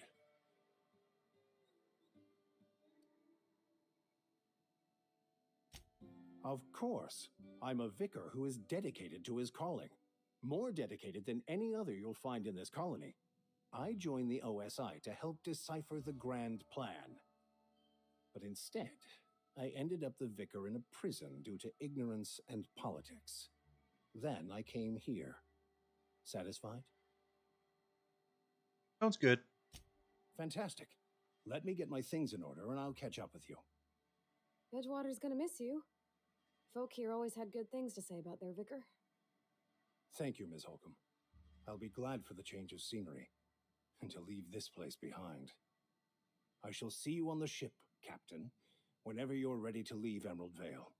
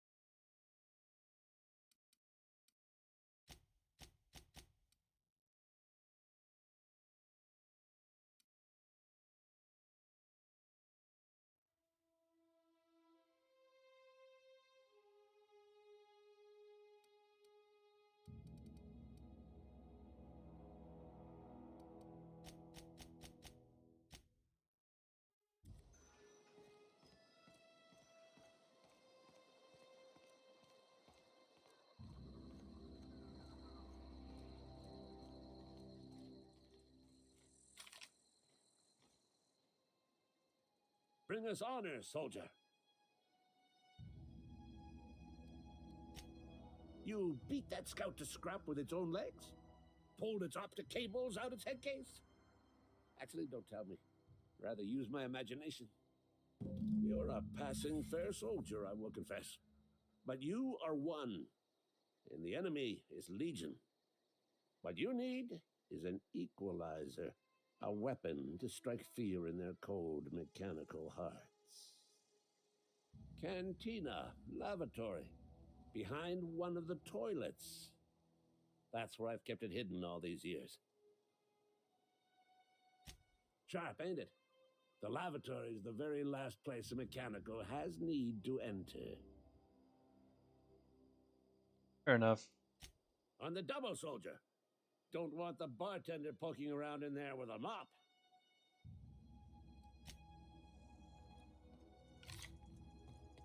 Pretty sure she already has.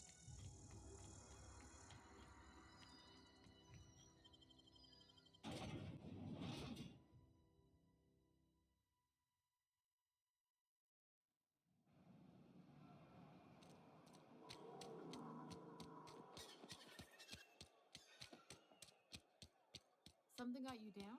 Nothing.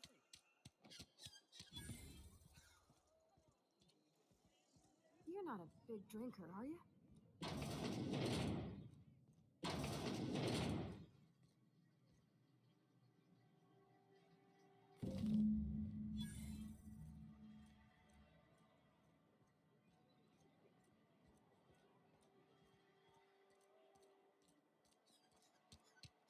There's something outside the walls.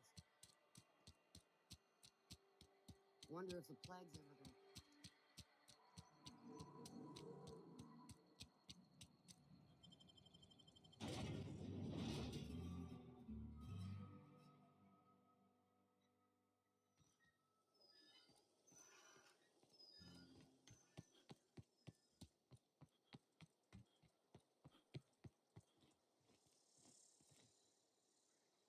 Bring us honor, soldier. Feast your eyes, soldier. This here is a genuine Spacer's Choice injury customizing unit, designed to deliver a lethal blast of electrical discharge. I call it the Hand of the Law. You ever want to see a mechanical flailing around like a grounded fish? You stick a couple thousand volts in its guts. With compliments from old Ludwig. Fun. This ain't some quarterly performance review, soldier. Ours is a grave and sacred duty. Time's come for you to journey down into the black heart of the enemy's camp. I'm talking about the old geothermal plant. Unfortunately, the old plant lies outside my board-given jurisdiction. You'll need to get a passcode from the boss, Reed Thompson. I've been after a passcode for years. Boss said no on account of my gross incompetence with all matters related to security. I need you to get us the brain of a mechanical. Well, not exactly a brain. Anatomically speaking, what we're looking for is a logic module. If you die horribly, I will pour out a can of Zero G to your memory. Thank you, sir.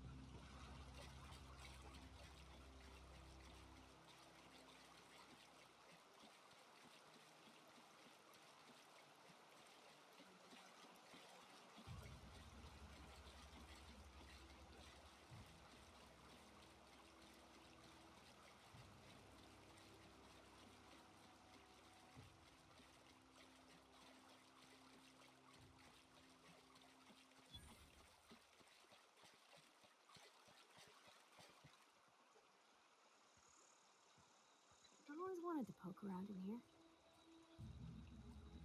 Now you got your chance.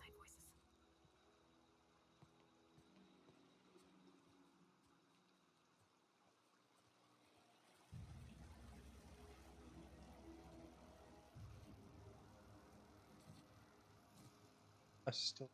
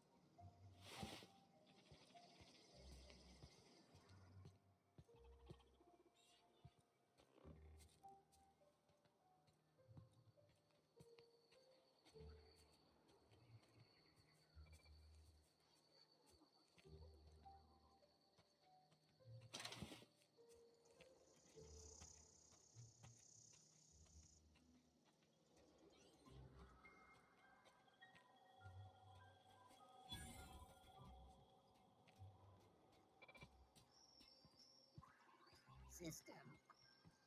Incoming!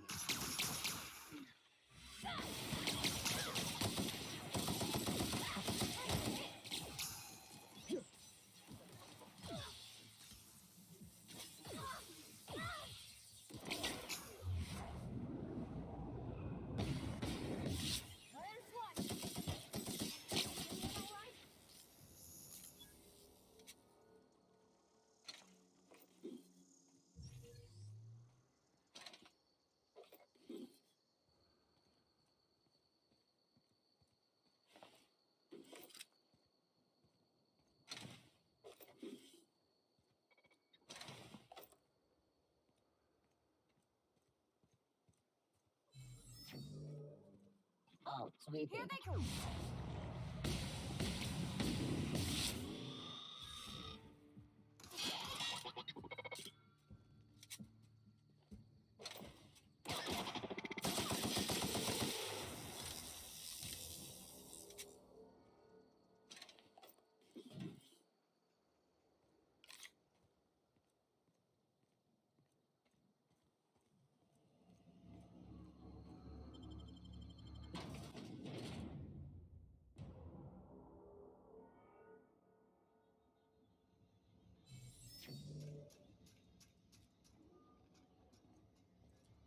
The control room should be ahead somewhere and a touch to the right.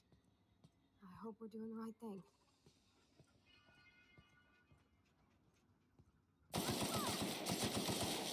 Nice one!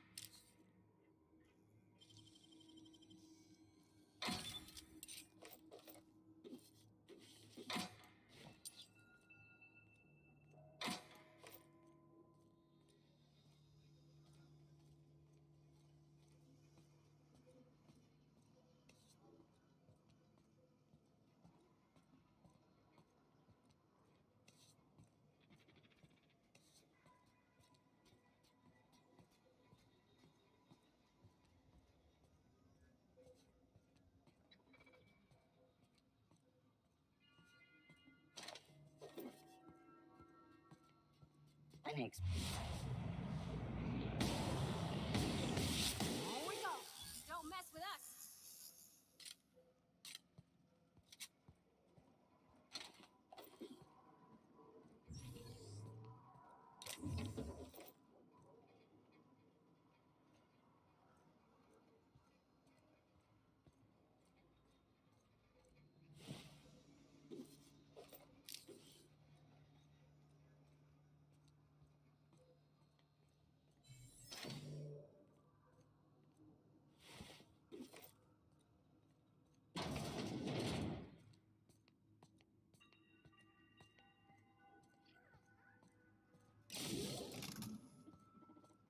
Processing.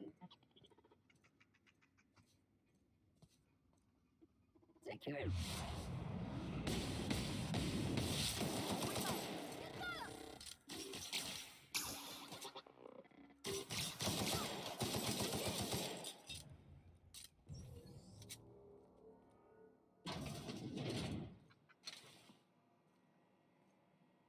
Self-diagnostics complete.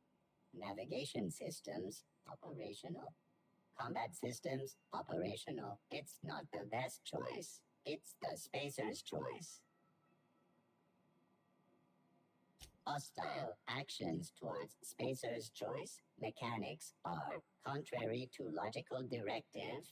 Conclusion: all hostile automechanicals must be defective in compliance with spacer's choice policy. All defective automechanicals must be permanently dismantled. Please allow me to assist. Affirmative. Mechanicide protocols loaded. Awaiting confirmation.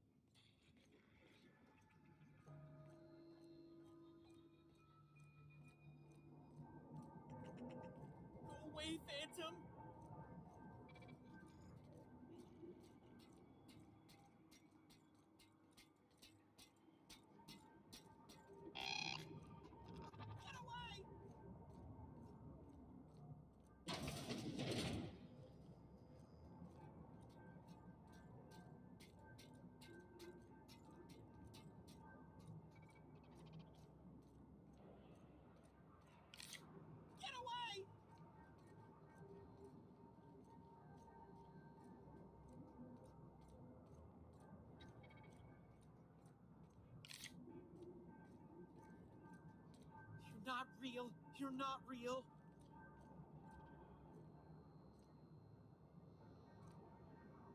You're not real. You're not real. Get away from me, Phantom. Shoot. Scram.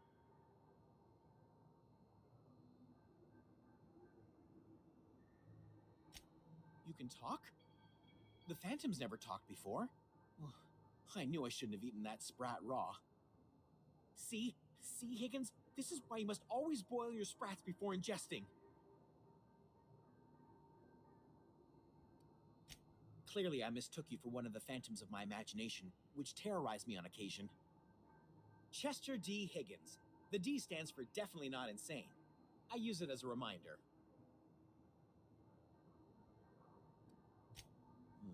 Hard to say. By my reckoning, Higgins has been here somewhere between 2 weeks and forever. My recollection's a touch fuzzy these days. Oh, Higgins has been many things over the years. Sprat Wrangler, Saltuna critic, Aetherwave personality, chairman of the board, Galactic Defender, Sisty Pig Tycoon. I've come a long way for someone who started off as a simple engineer right here in this plant.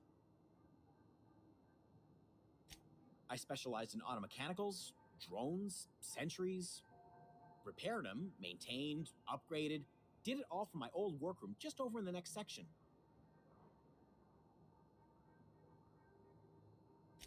Look, I don't want to fall into any trouble with the mechanicals. If they wise up to our plans, they will come for us. With prodding irons. You know, you remind me of myself back when I was an intergalactic adventurer. I discovered a flaw. Their hostility levels were hardwired to maximum.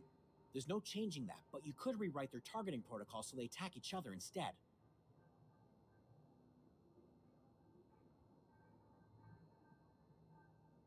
Yes, that's exactly it. I see you're also versed in the noble art of mechanical engineering. There's a behavior control terminal in the other room. It should have options to change how the mechanicals act, including whom they shoot at. Oh, that reminds me. You'll need my passcode to access the behavior control terminal. Here, let me just write it down for you. The tail. Definitely start with the tail. If you're feeling adventurous, the ears are a particular delicacy. About the sprats. Jimmy'd opened the vending machines. That lasted a good couple of months. Eventually, I had to resort to more unconventional means of filling my insides. Mechanicals lost their bolts. Opened fire on anything that moved. It was pandemonium. I was on cleaning duty at the time. My old boss had me scrubbing pipes when the killing started. So, as usual, I missed out.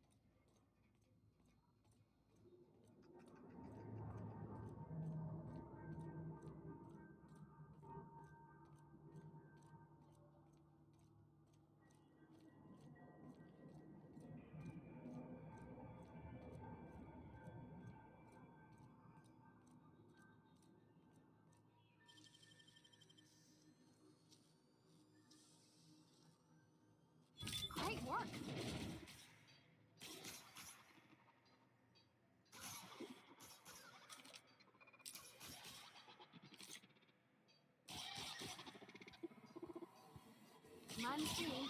You're liable to get scalded. Sanitation and cleanup required. Got it. Heads down.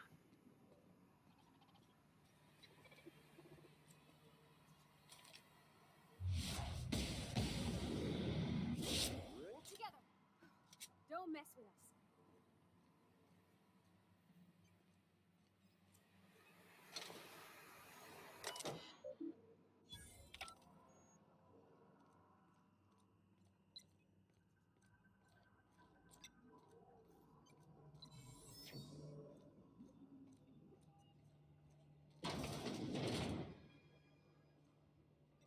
Unexpected.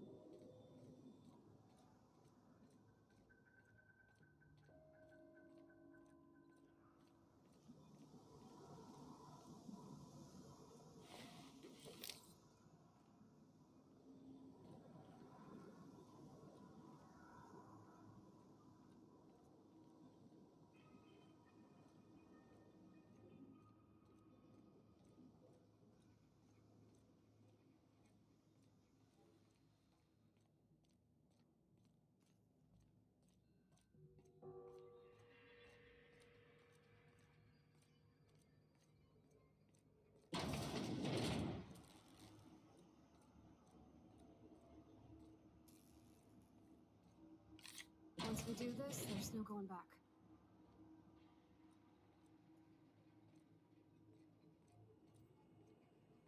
Hey, mister? Look, I know you want your power regulator and all, but I just gotta ask you. Do you understand what you're about to do? I don't think you should cut off Edgewater's power. I think it would be cruel. I'm sorry. That just sort of came out all at once. Edgewater's hurting. We've been losing workers year after year, and corporate hardly ever sends replacements. There's barely enough Saltuna to fill our bellies anymore. But the town's got some good people in it. Decent, hard-working folk just living their lives the only way they know how. They don't deserve to be punished.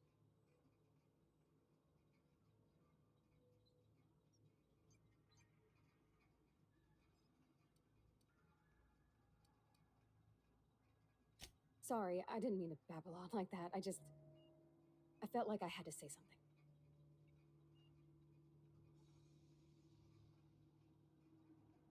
Really?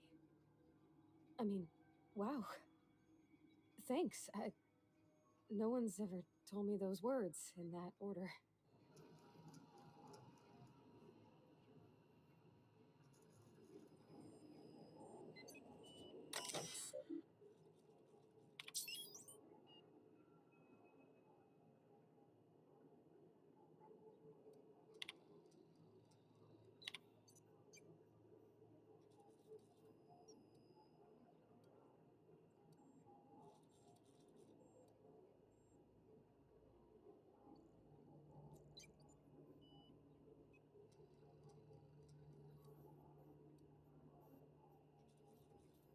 Fish were of walls.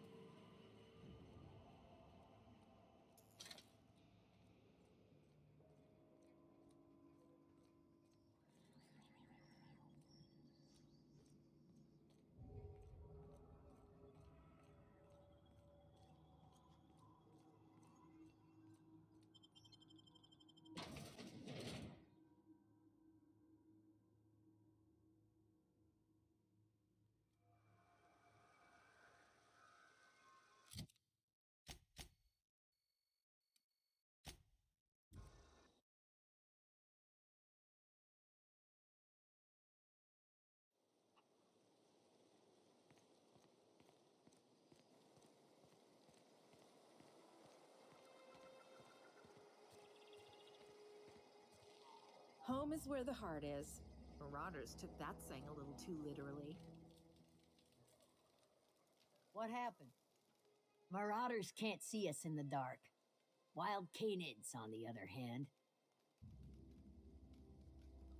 We didn't always get along, but I'm glad to know she's safe. What happened, anyway?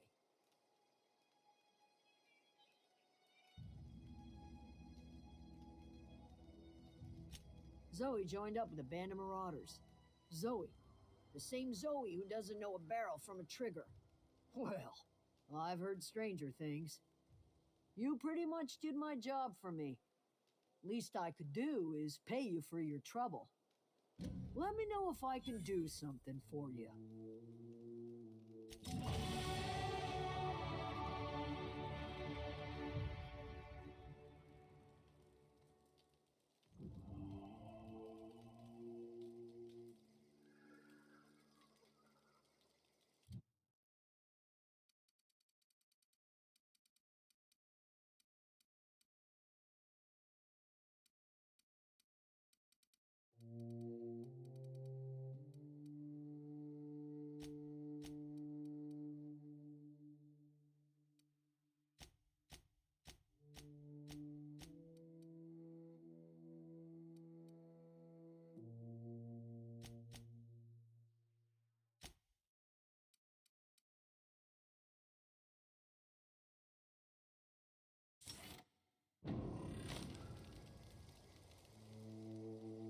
Everybody keeps staring at me. It's not my fault the power's dead.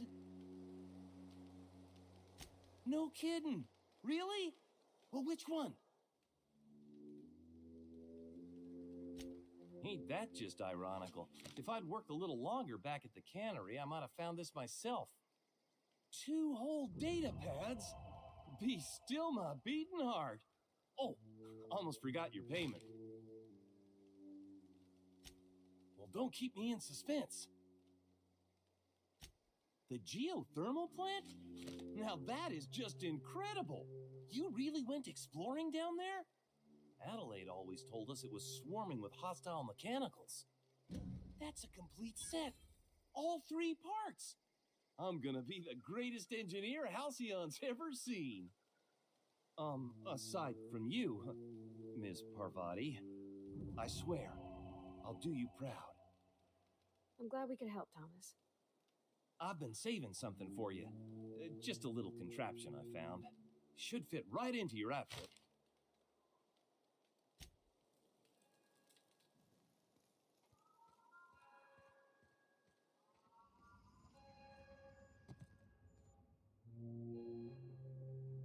That's the thing about growing old.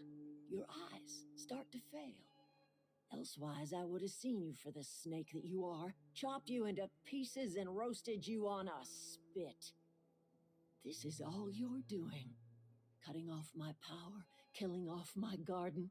Without refrigeration, my food will spoil, and my flock will starve.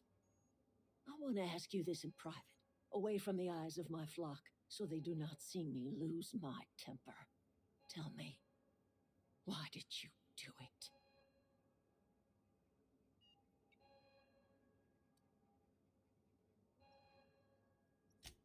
You killed my garden, destroyed my community, sentenced my flock to a lifetime of slavery in Edgewater for a power regulator. Well, shit, I wish it was personal. Go talk to Grace and Thomas. Look them in the eye and tell them their life here is over, and the only thing left to do is go back to Edgewater. This is now your responsibility. And you tell Reed Thompson that I will never return to Edgewater. I would rather die among my flowers than live under his management.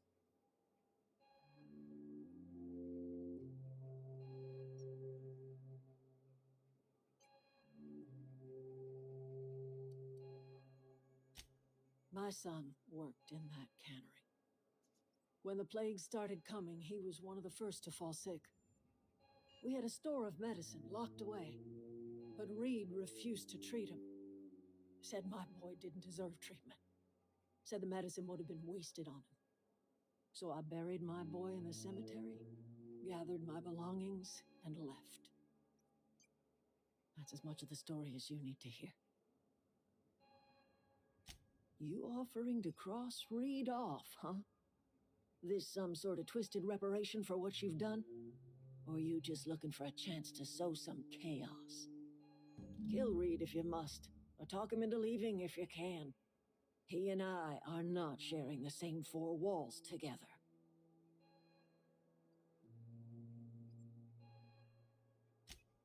Tell Reed that I can make his people healthy again. I can end their plague. Start a new garden right in the cannery. 3 square meals for every man and woman in Edgewater. Tell him how I've made the Vale bloom again. The soil has whispered its secrets to me, and I alone know how to breathe life back into the earth. The secret is human corpses. I've been grinding them up in my fertilizer for years. Marauder, worker, don't matter much to me. The human body is rich with nutrients.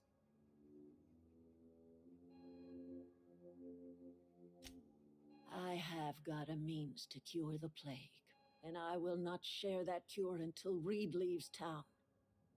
Those are my terms. Rose. Effective.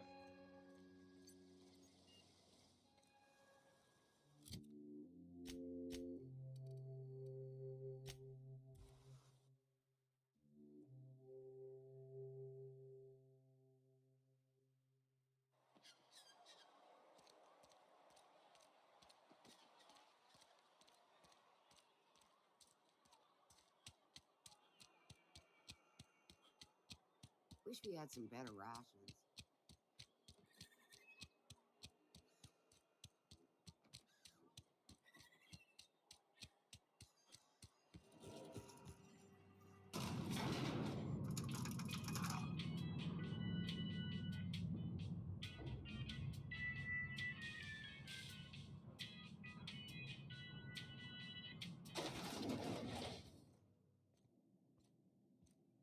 This is a fine day, friend.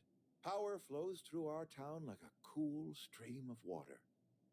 I trust Adelaide's people have seen their way to reason. So, when can I expect them back at their posts?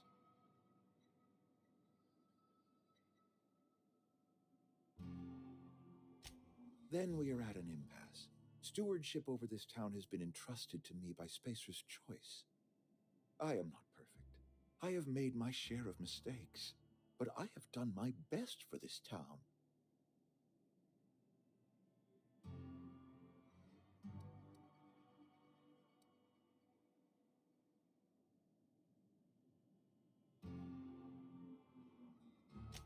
Her son got sick with plague a couple years back.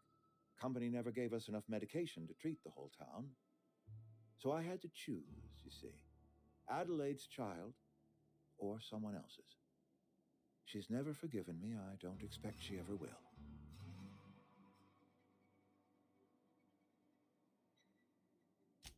I have been holding this town together with both hands. You can't just expect me to leave. I'm a Spacer's Choice man. My father was a Spacer's Choice man. Edgewater may not look like much to some buttoned-up freelancer, but it is my home.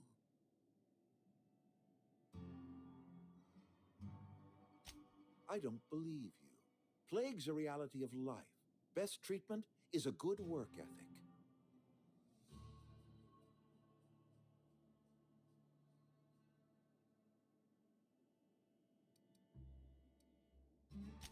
The very notion is just grotesque. A raw vegetable? Why don't you just ask me to go chew the bark off of a tree? We are a Spacer's Choice Saltuna cannery. We eat Saltuna here, and only Saltuna.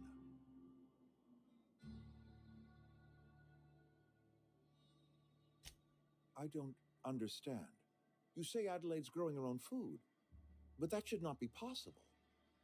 The soil's gone sour. Company said as much.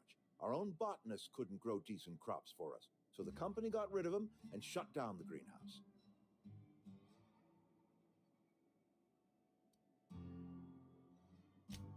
Evidence. Adelaide has a secret, and I want to know what it is. If she's tending crop in her greenhouse, she's discovered something. No, but I will give you a word of advice from the Spacer's Choice Manual of Conduct. If you want to discover the truth about someone, search their belongings. You'll excuse me for being skeptical. How exactly is Adelaide growing crops in barren soil?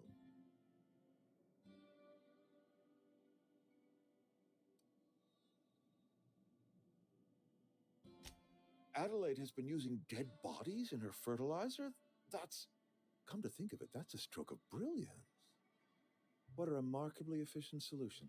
Recycling Spacer's Choice property long after its date of expiration. I was wondering about those missing bodies in Silas's cemetery.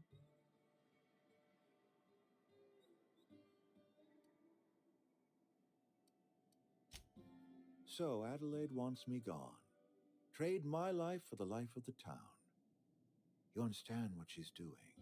If I leave town, I'm as good as dead. If I stay, Edgewater will die of attrition. Adelaide has discovered some secret cure for the plague, and she is holding my town ransom.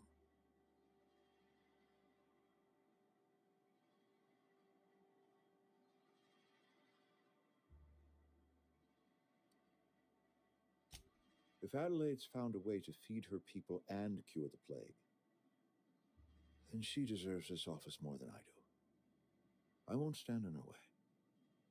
My life here is ended. Give me a little time to settle my affairs. I'm sure Adelaide will be glad to see the back of me. A couple months ago, I might have put in for a transfer. It's a big colony. Spacer's Choice has other towns. Now, I couldn't show my face in any of them.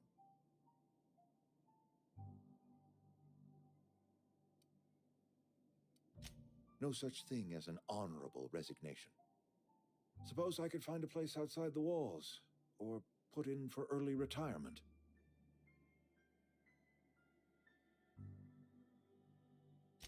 I don't know. I could see myself lasting a week. I have always tried to do right by my town. It has never been easy.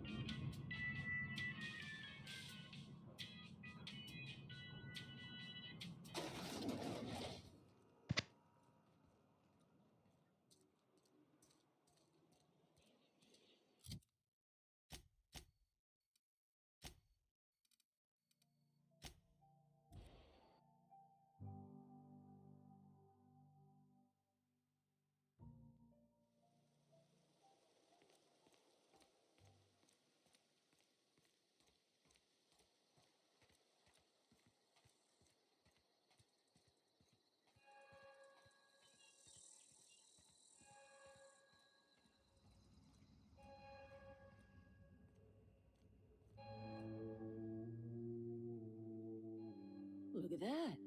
The snake's come back. I never thought I'd see the day that Reed Thompson abandoned his post. Suppose we all have a breaking point. Suppose it's time our flock made our way back to Edgewater. We must tend to what remains of the town and carry on with our lives as best we may. You're vexing to me, you know? Injuring us with one hand, helping us with the other. Here, I'm giving you something to leave us be. It's a ransom, you understand, not a reward. You're telling me you did all this just to put me in charge of Edgewater? Stranger, you are some kind of twisted. I might turn that old cannery into a garden. Got ourselves a whole cemetery bursting with bodies. I need some time to gather my personals. Long walk back to Edgewater. Got a considerable burden to carry.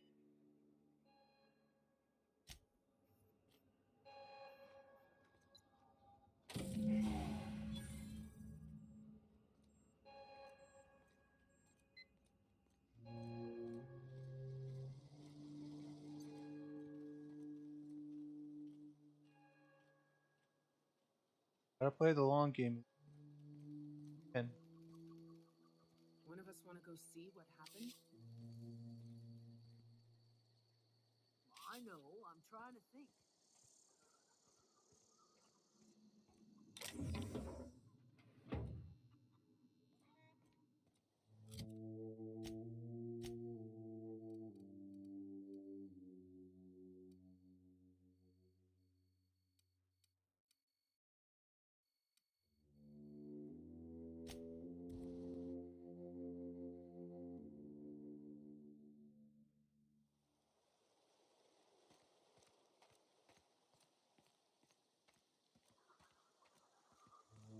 Is this your ship? Oh my stars, she is just so handsome. Does she have a name yet? What's her drive model? Oh, gosh. Listen to me babbling. When I was in Edgewater, I dreamed of flying on a real ship, working on a real engine, belonging to a proper crew. I'm the only decent mechanic Edgewater's got, but every time I think of going back, I get this sinking feeling.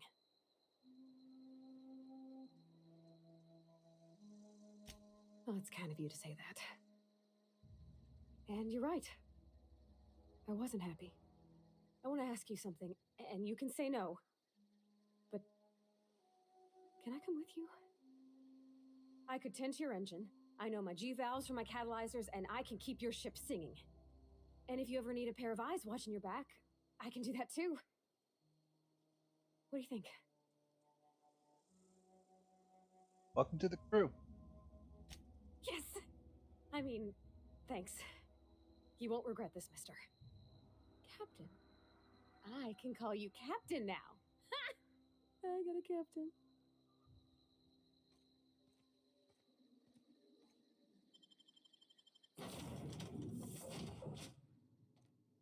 Well, I certainly am looking forward to flying on a ship named the Unreliable. I'll just head upstairs and claim a room.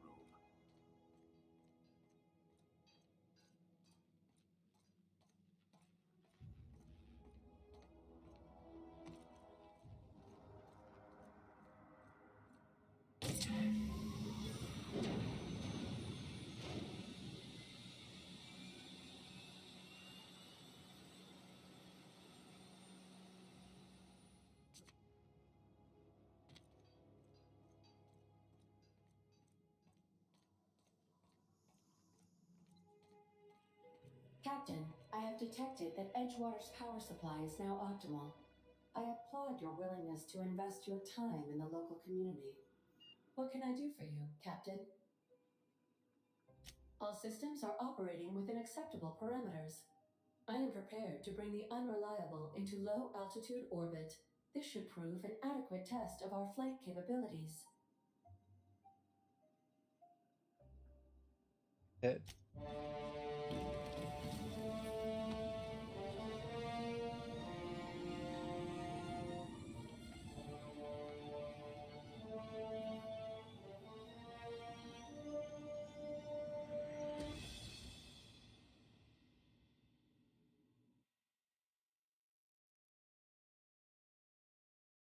We have received a communication request from Dr. Phineas Wells. Aha, there you are, hale and hearty, and captain of your own ship. I see you're putting the Unreliable to good use. Shame about her former captain, horrible way to die. How are you feeling, by the way? I lost track of you in that cave back there. Experiencing any, unnatural drippage? Perfectly normal side effect of thawing, I assure you.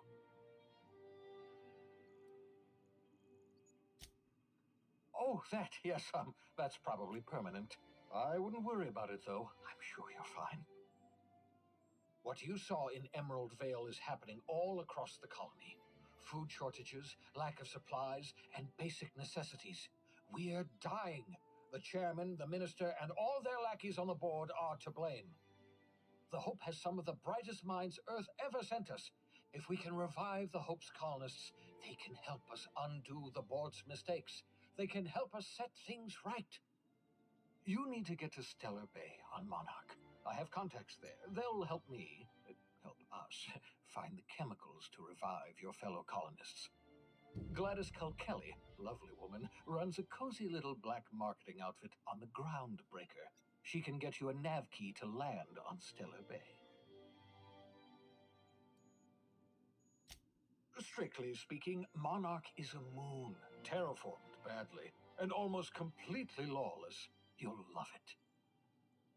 Captains don't fly their own ships, you see. Your navigation terminal handles the, navigation.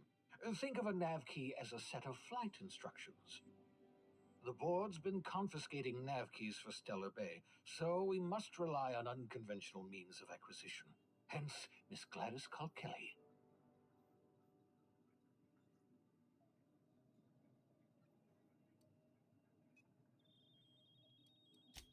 In theory, I suppose you could land your ship in Cascadia, and in theory, I suppose you might survive the experience. Cascadia is utterly seething with dangerous, highly aggressive creatures, more than capable of tearing you limb from limb. You'd have to be a lunatic to land in Cascadia, and I'm reasonably certain I tested your brain for incipient signs of insanity. Trust me, talk to Gladys Culkelly. Excellent. I'll send her a wireless. Let her know you're coming. By the way, I gave Captain Hawthorne a disguise apparatus of my own design, cutting-edge technology years ahead of its time. I call it the Holographic Shroud. I'm sure it will prove remarkably useful to you. You'll find it in the captain's quarters. Excellent. I'll contact you once you've found a way to get to Stellar Bay. If you have any questions, come see me in my lab. And remember, don't trust the board. They'll try to win you over with promises of wealth and power, but it's a lie. The board's only interested in filling their own pockets. If we don't put a stop to them, they're going to run this colony to the ground. Transmission ended. If you are ready to depart, please select a destination on your navigation terminal.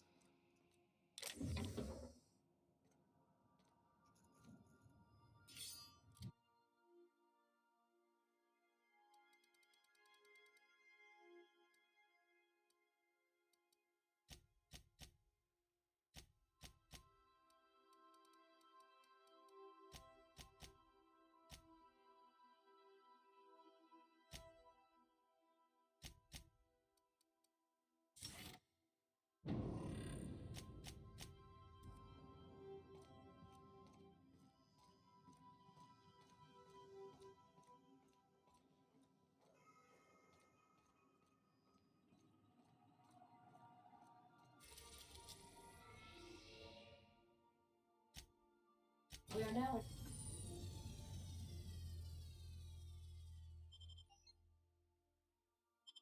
in orbit above Edgewater, Captain.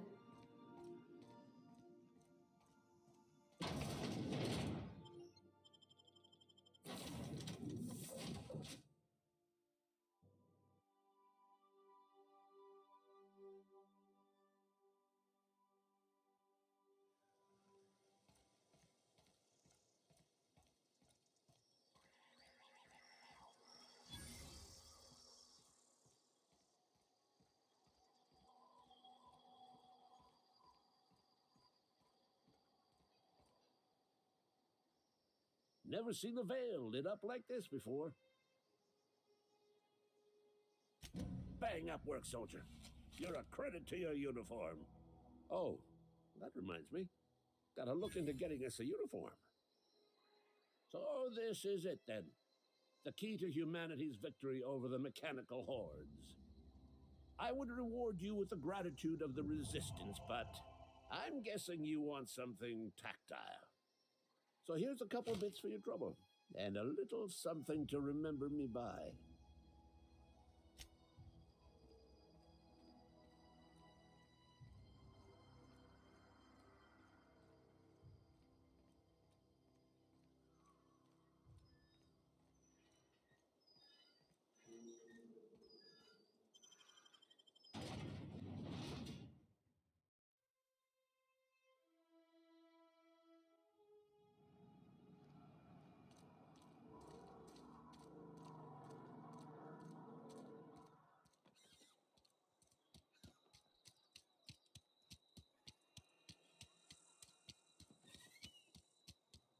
you're falling sick, I don't want you near me. Don't worry. I wouldn't do that to you. Oh, I cut my own hair. But Conrad sells real good disinfectant. What can I do for you? Oh? Am I in the company of a fellow doctor?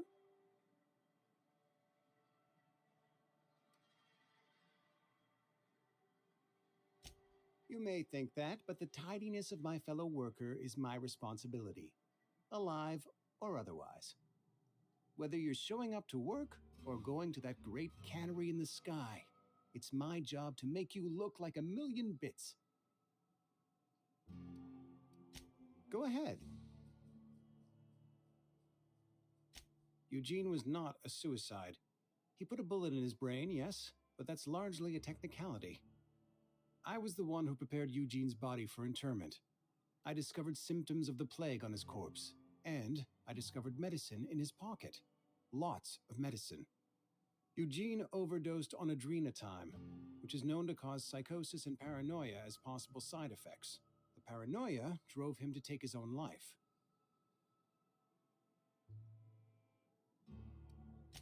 We can all thank our lucky stars that young Eugene was hopped up on medication and suffered its predictable side effect.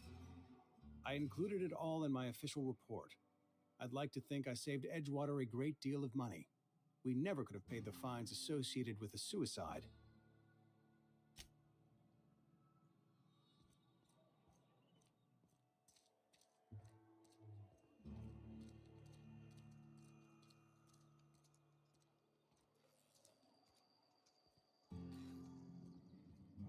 You wanna mingle, go try the cantina. Let's see it. Don't keep us waiting. I don't know what that means. Is that some sort of medical condition? Is my plague getting worse or something?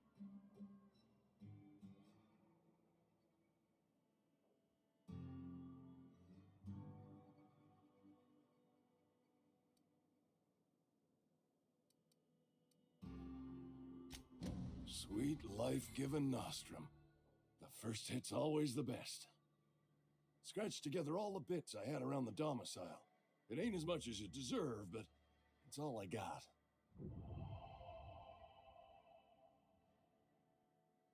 You're wringing the blood out of me. Here, you can have whatever's in my pockets.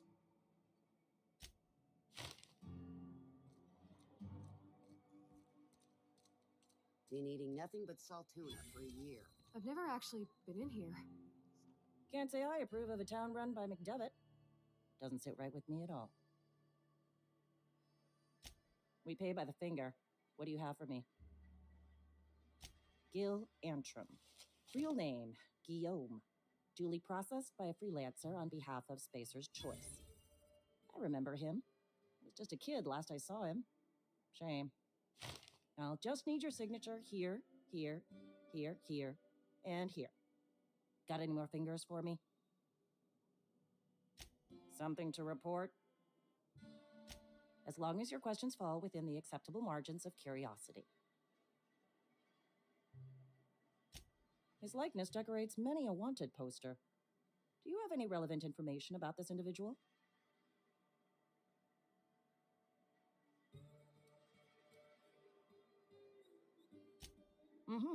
Shot you into space. You know, lying to a Spacer's Choice constable is a violation of company policy and punishable by a fine. It is for Spacer's Choice. Unfortunately, the arrest of Mr. Wells falls outside my authority. I enforce the company policy of Spacer's Choice in the region of Emerald Vale. Wells is wanted by the board. If you have information related to the location of Phineas V. Wells, you are required to submit that information to your nearest board authority.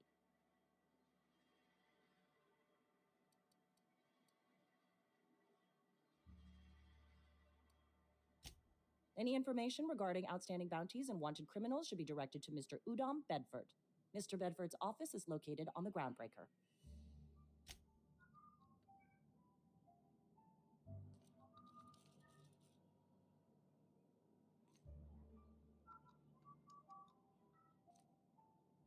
You got past those marauders? Nice work. I don't know what you did to talk some sense into Zoe, but I appreciate it. Hard to say. Without Reed, we've got the run of the town. Adelaide went on about living in harmony with one another and whatnot. We'll see if it comes to pass.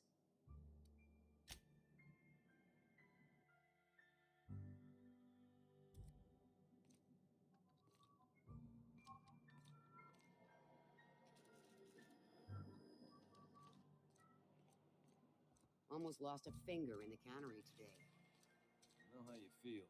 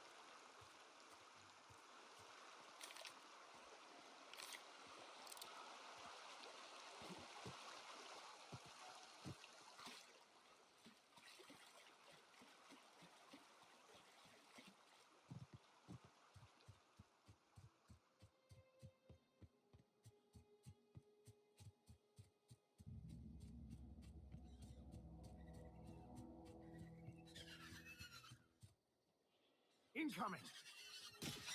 Don't mess with us!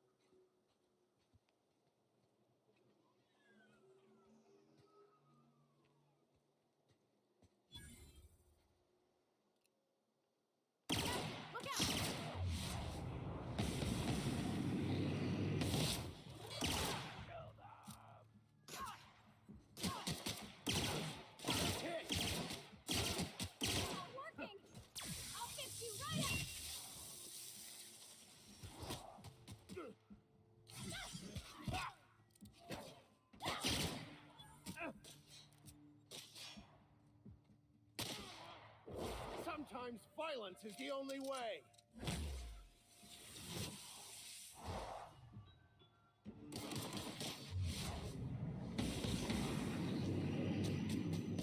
The last of them!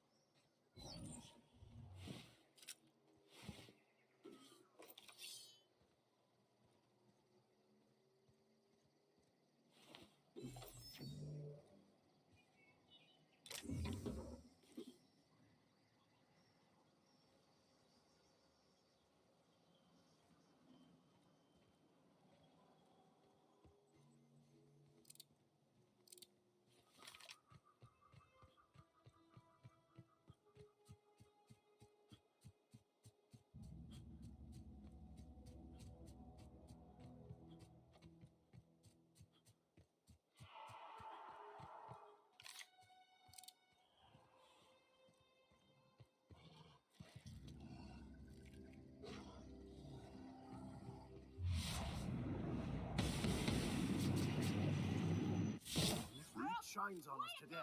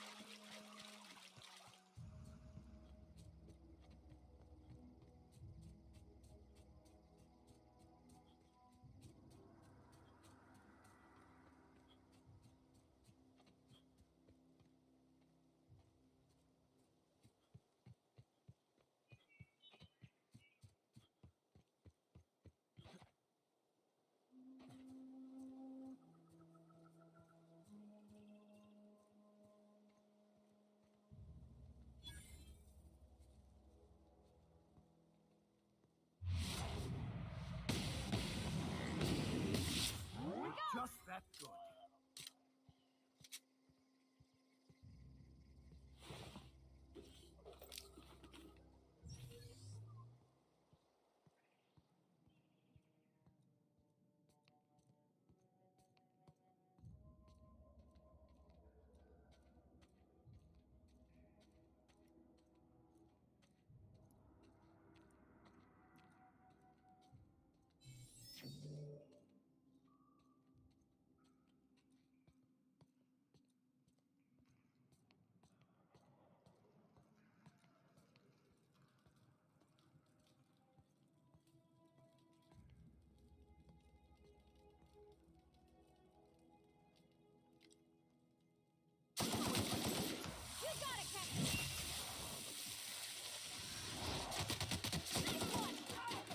I've had quite enough of you!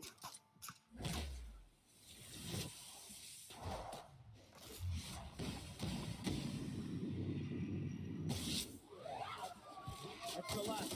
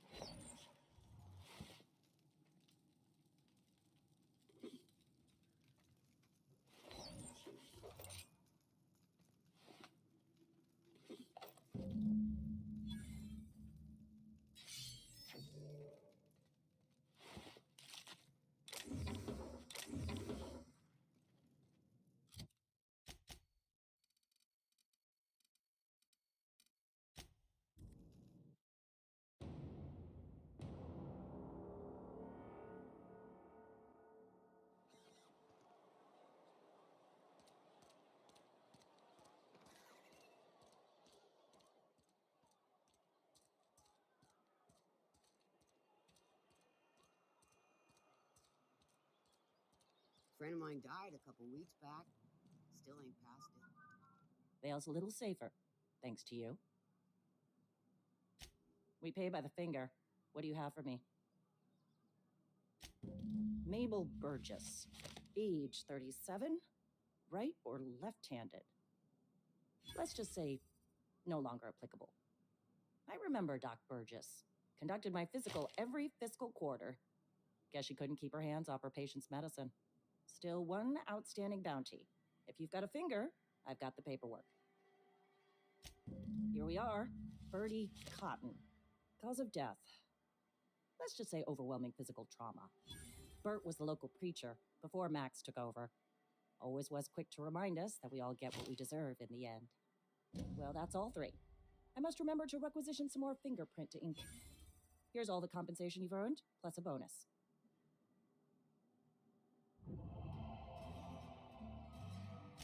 You've done such a bang-up job hunting down our former workers that I thought it only proper to deputize you.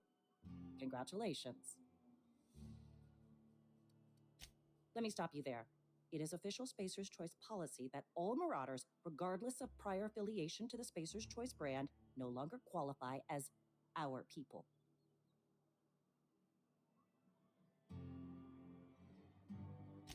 Marauders are folk who lost the will to keep working, wandered out into the wilds and gave into their baser instincts. Not everyone's cut out to work in Edgewater. Some turn deserter, some turn marauder. None of them get my sympathy.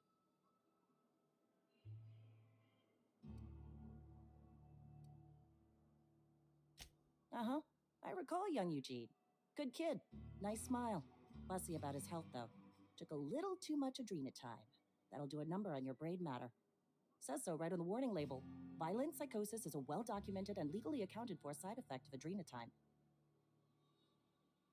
Still sell it. What's on your mind? Wish we had some better rations.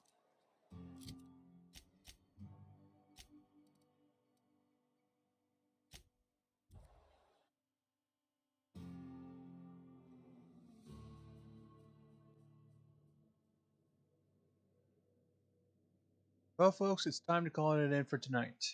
Hope you all enjoyed.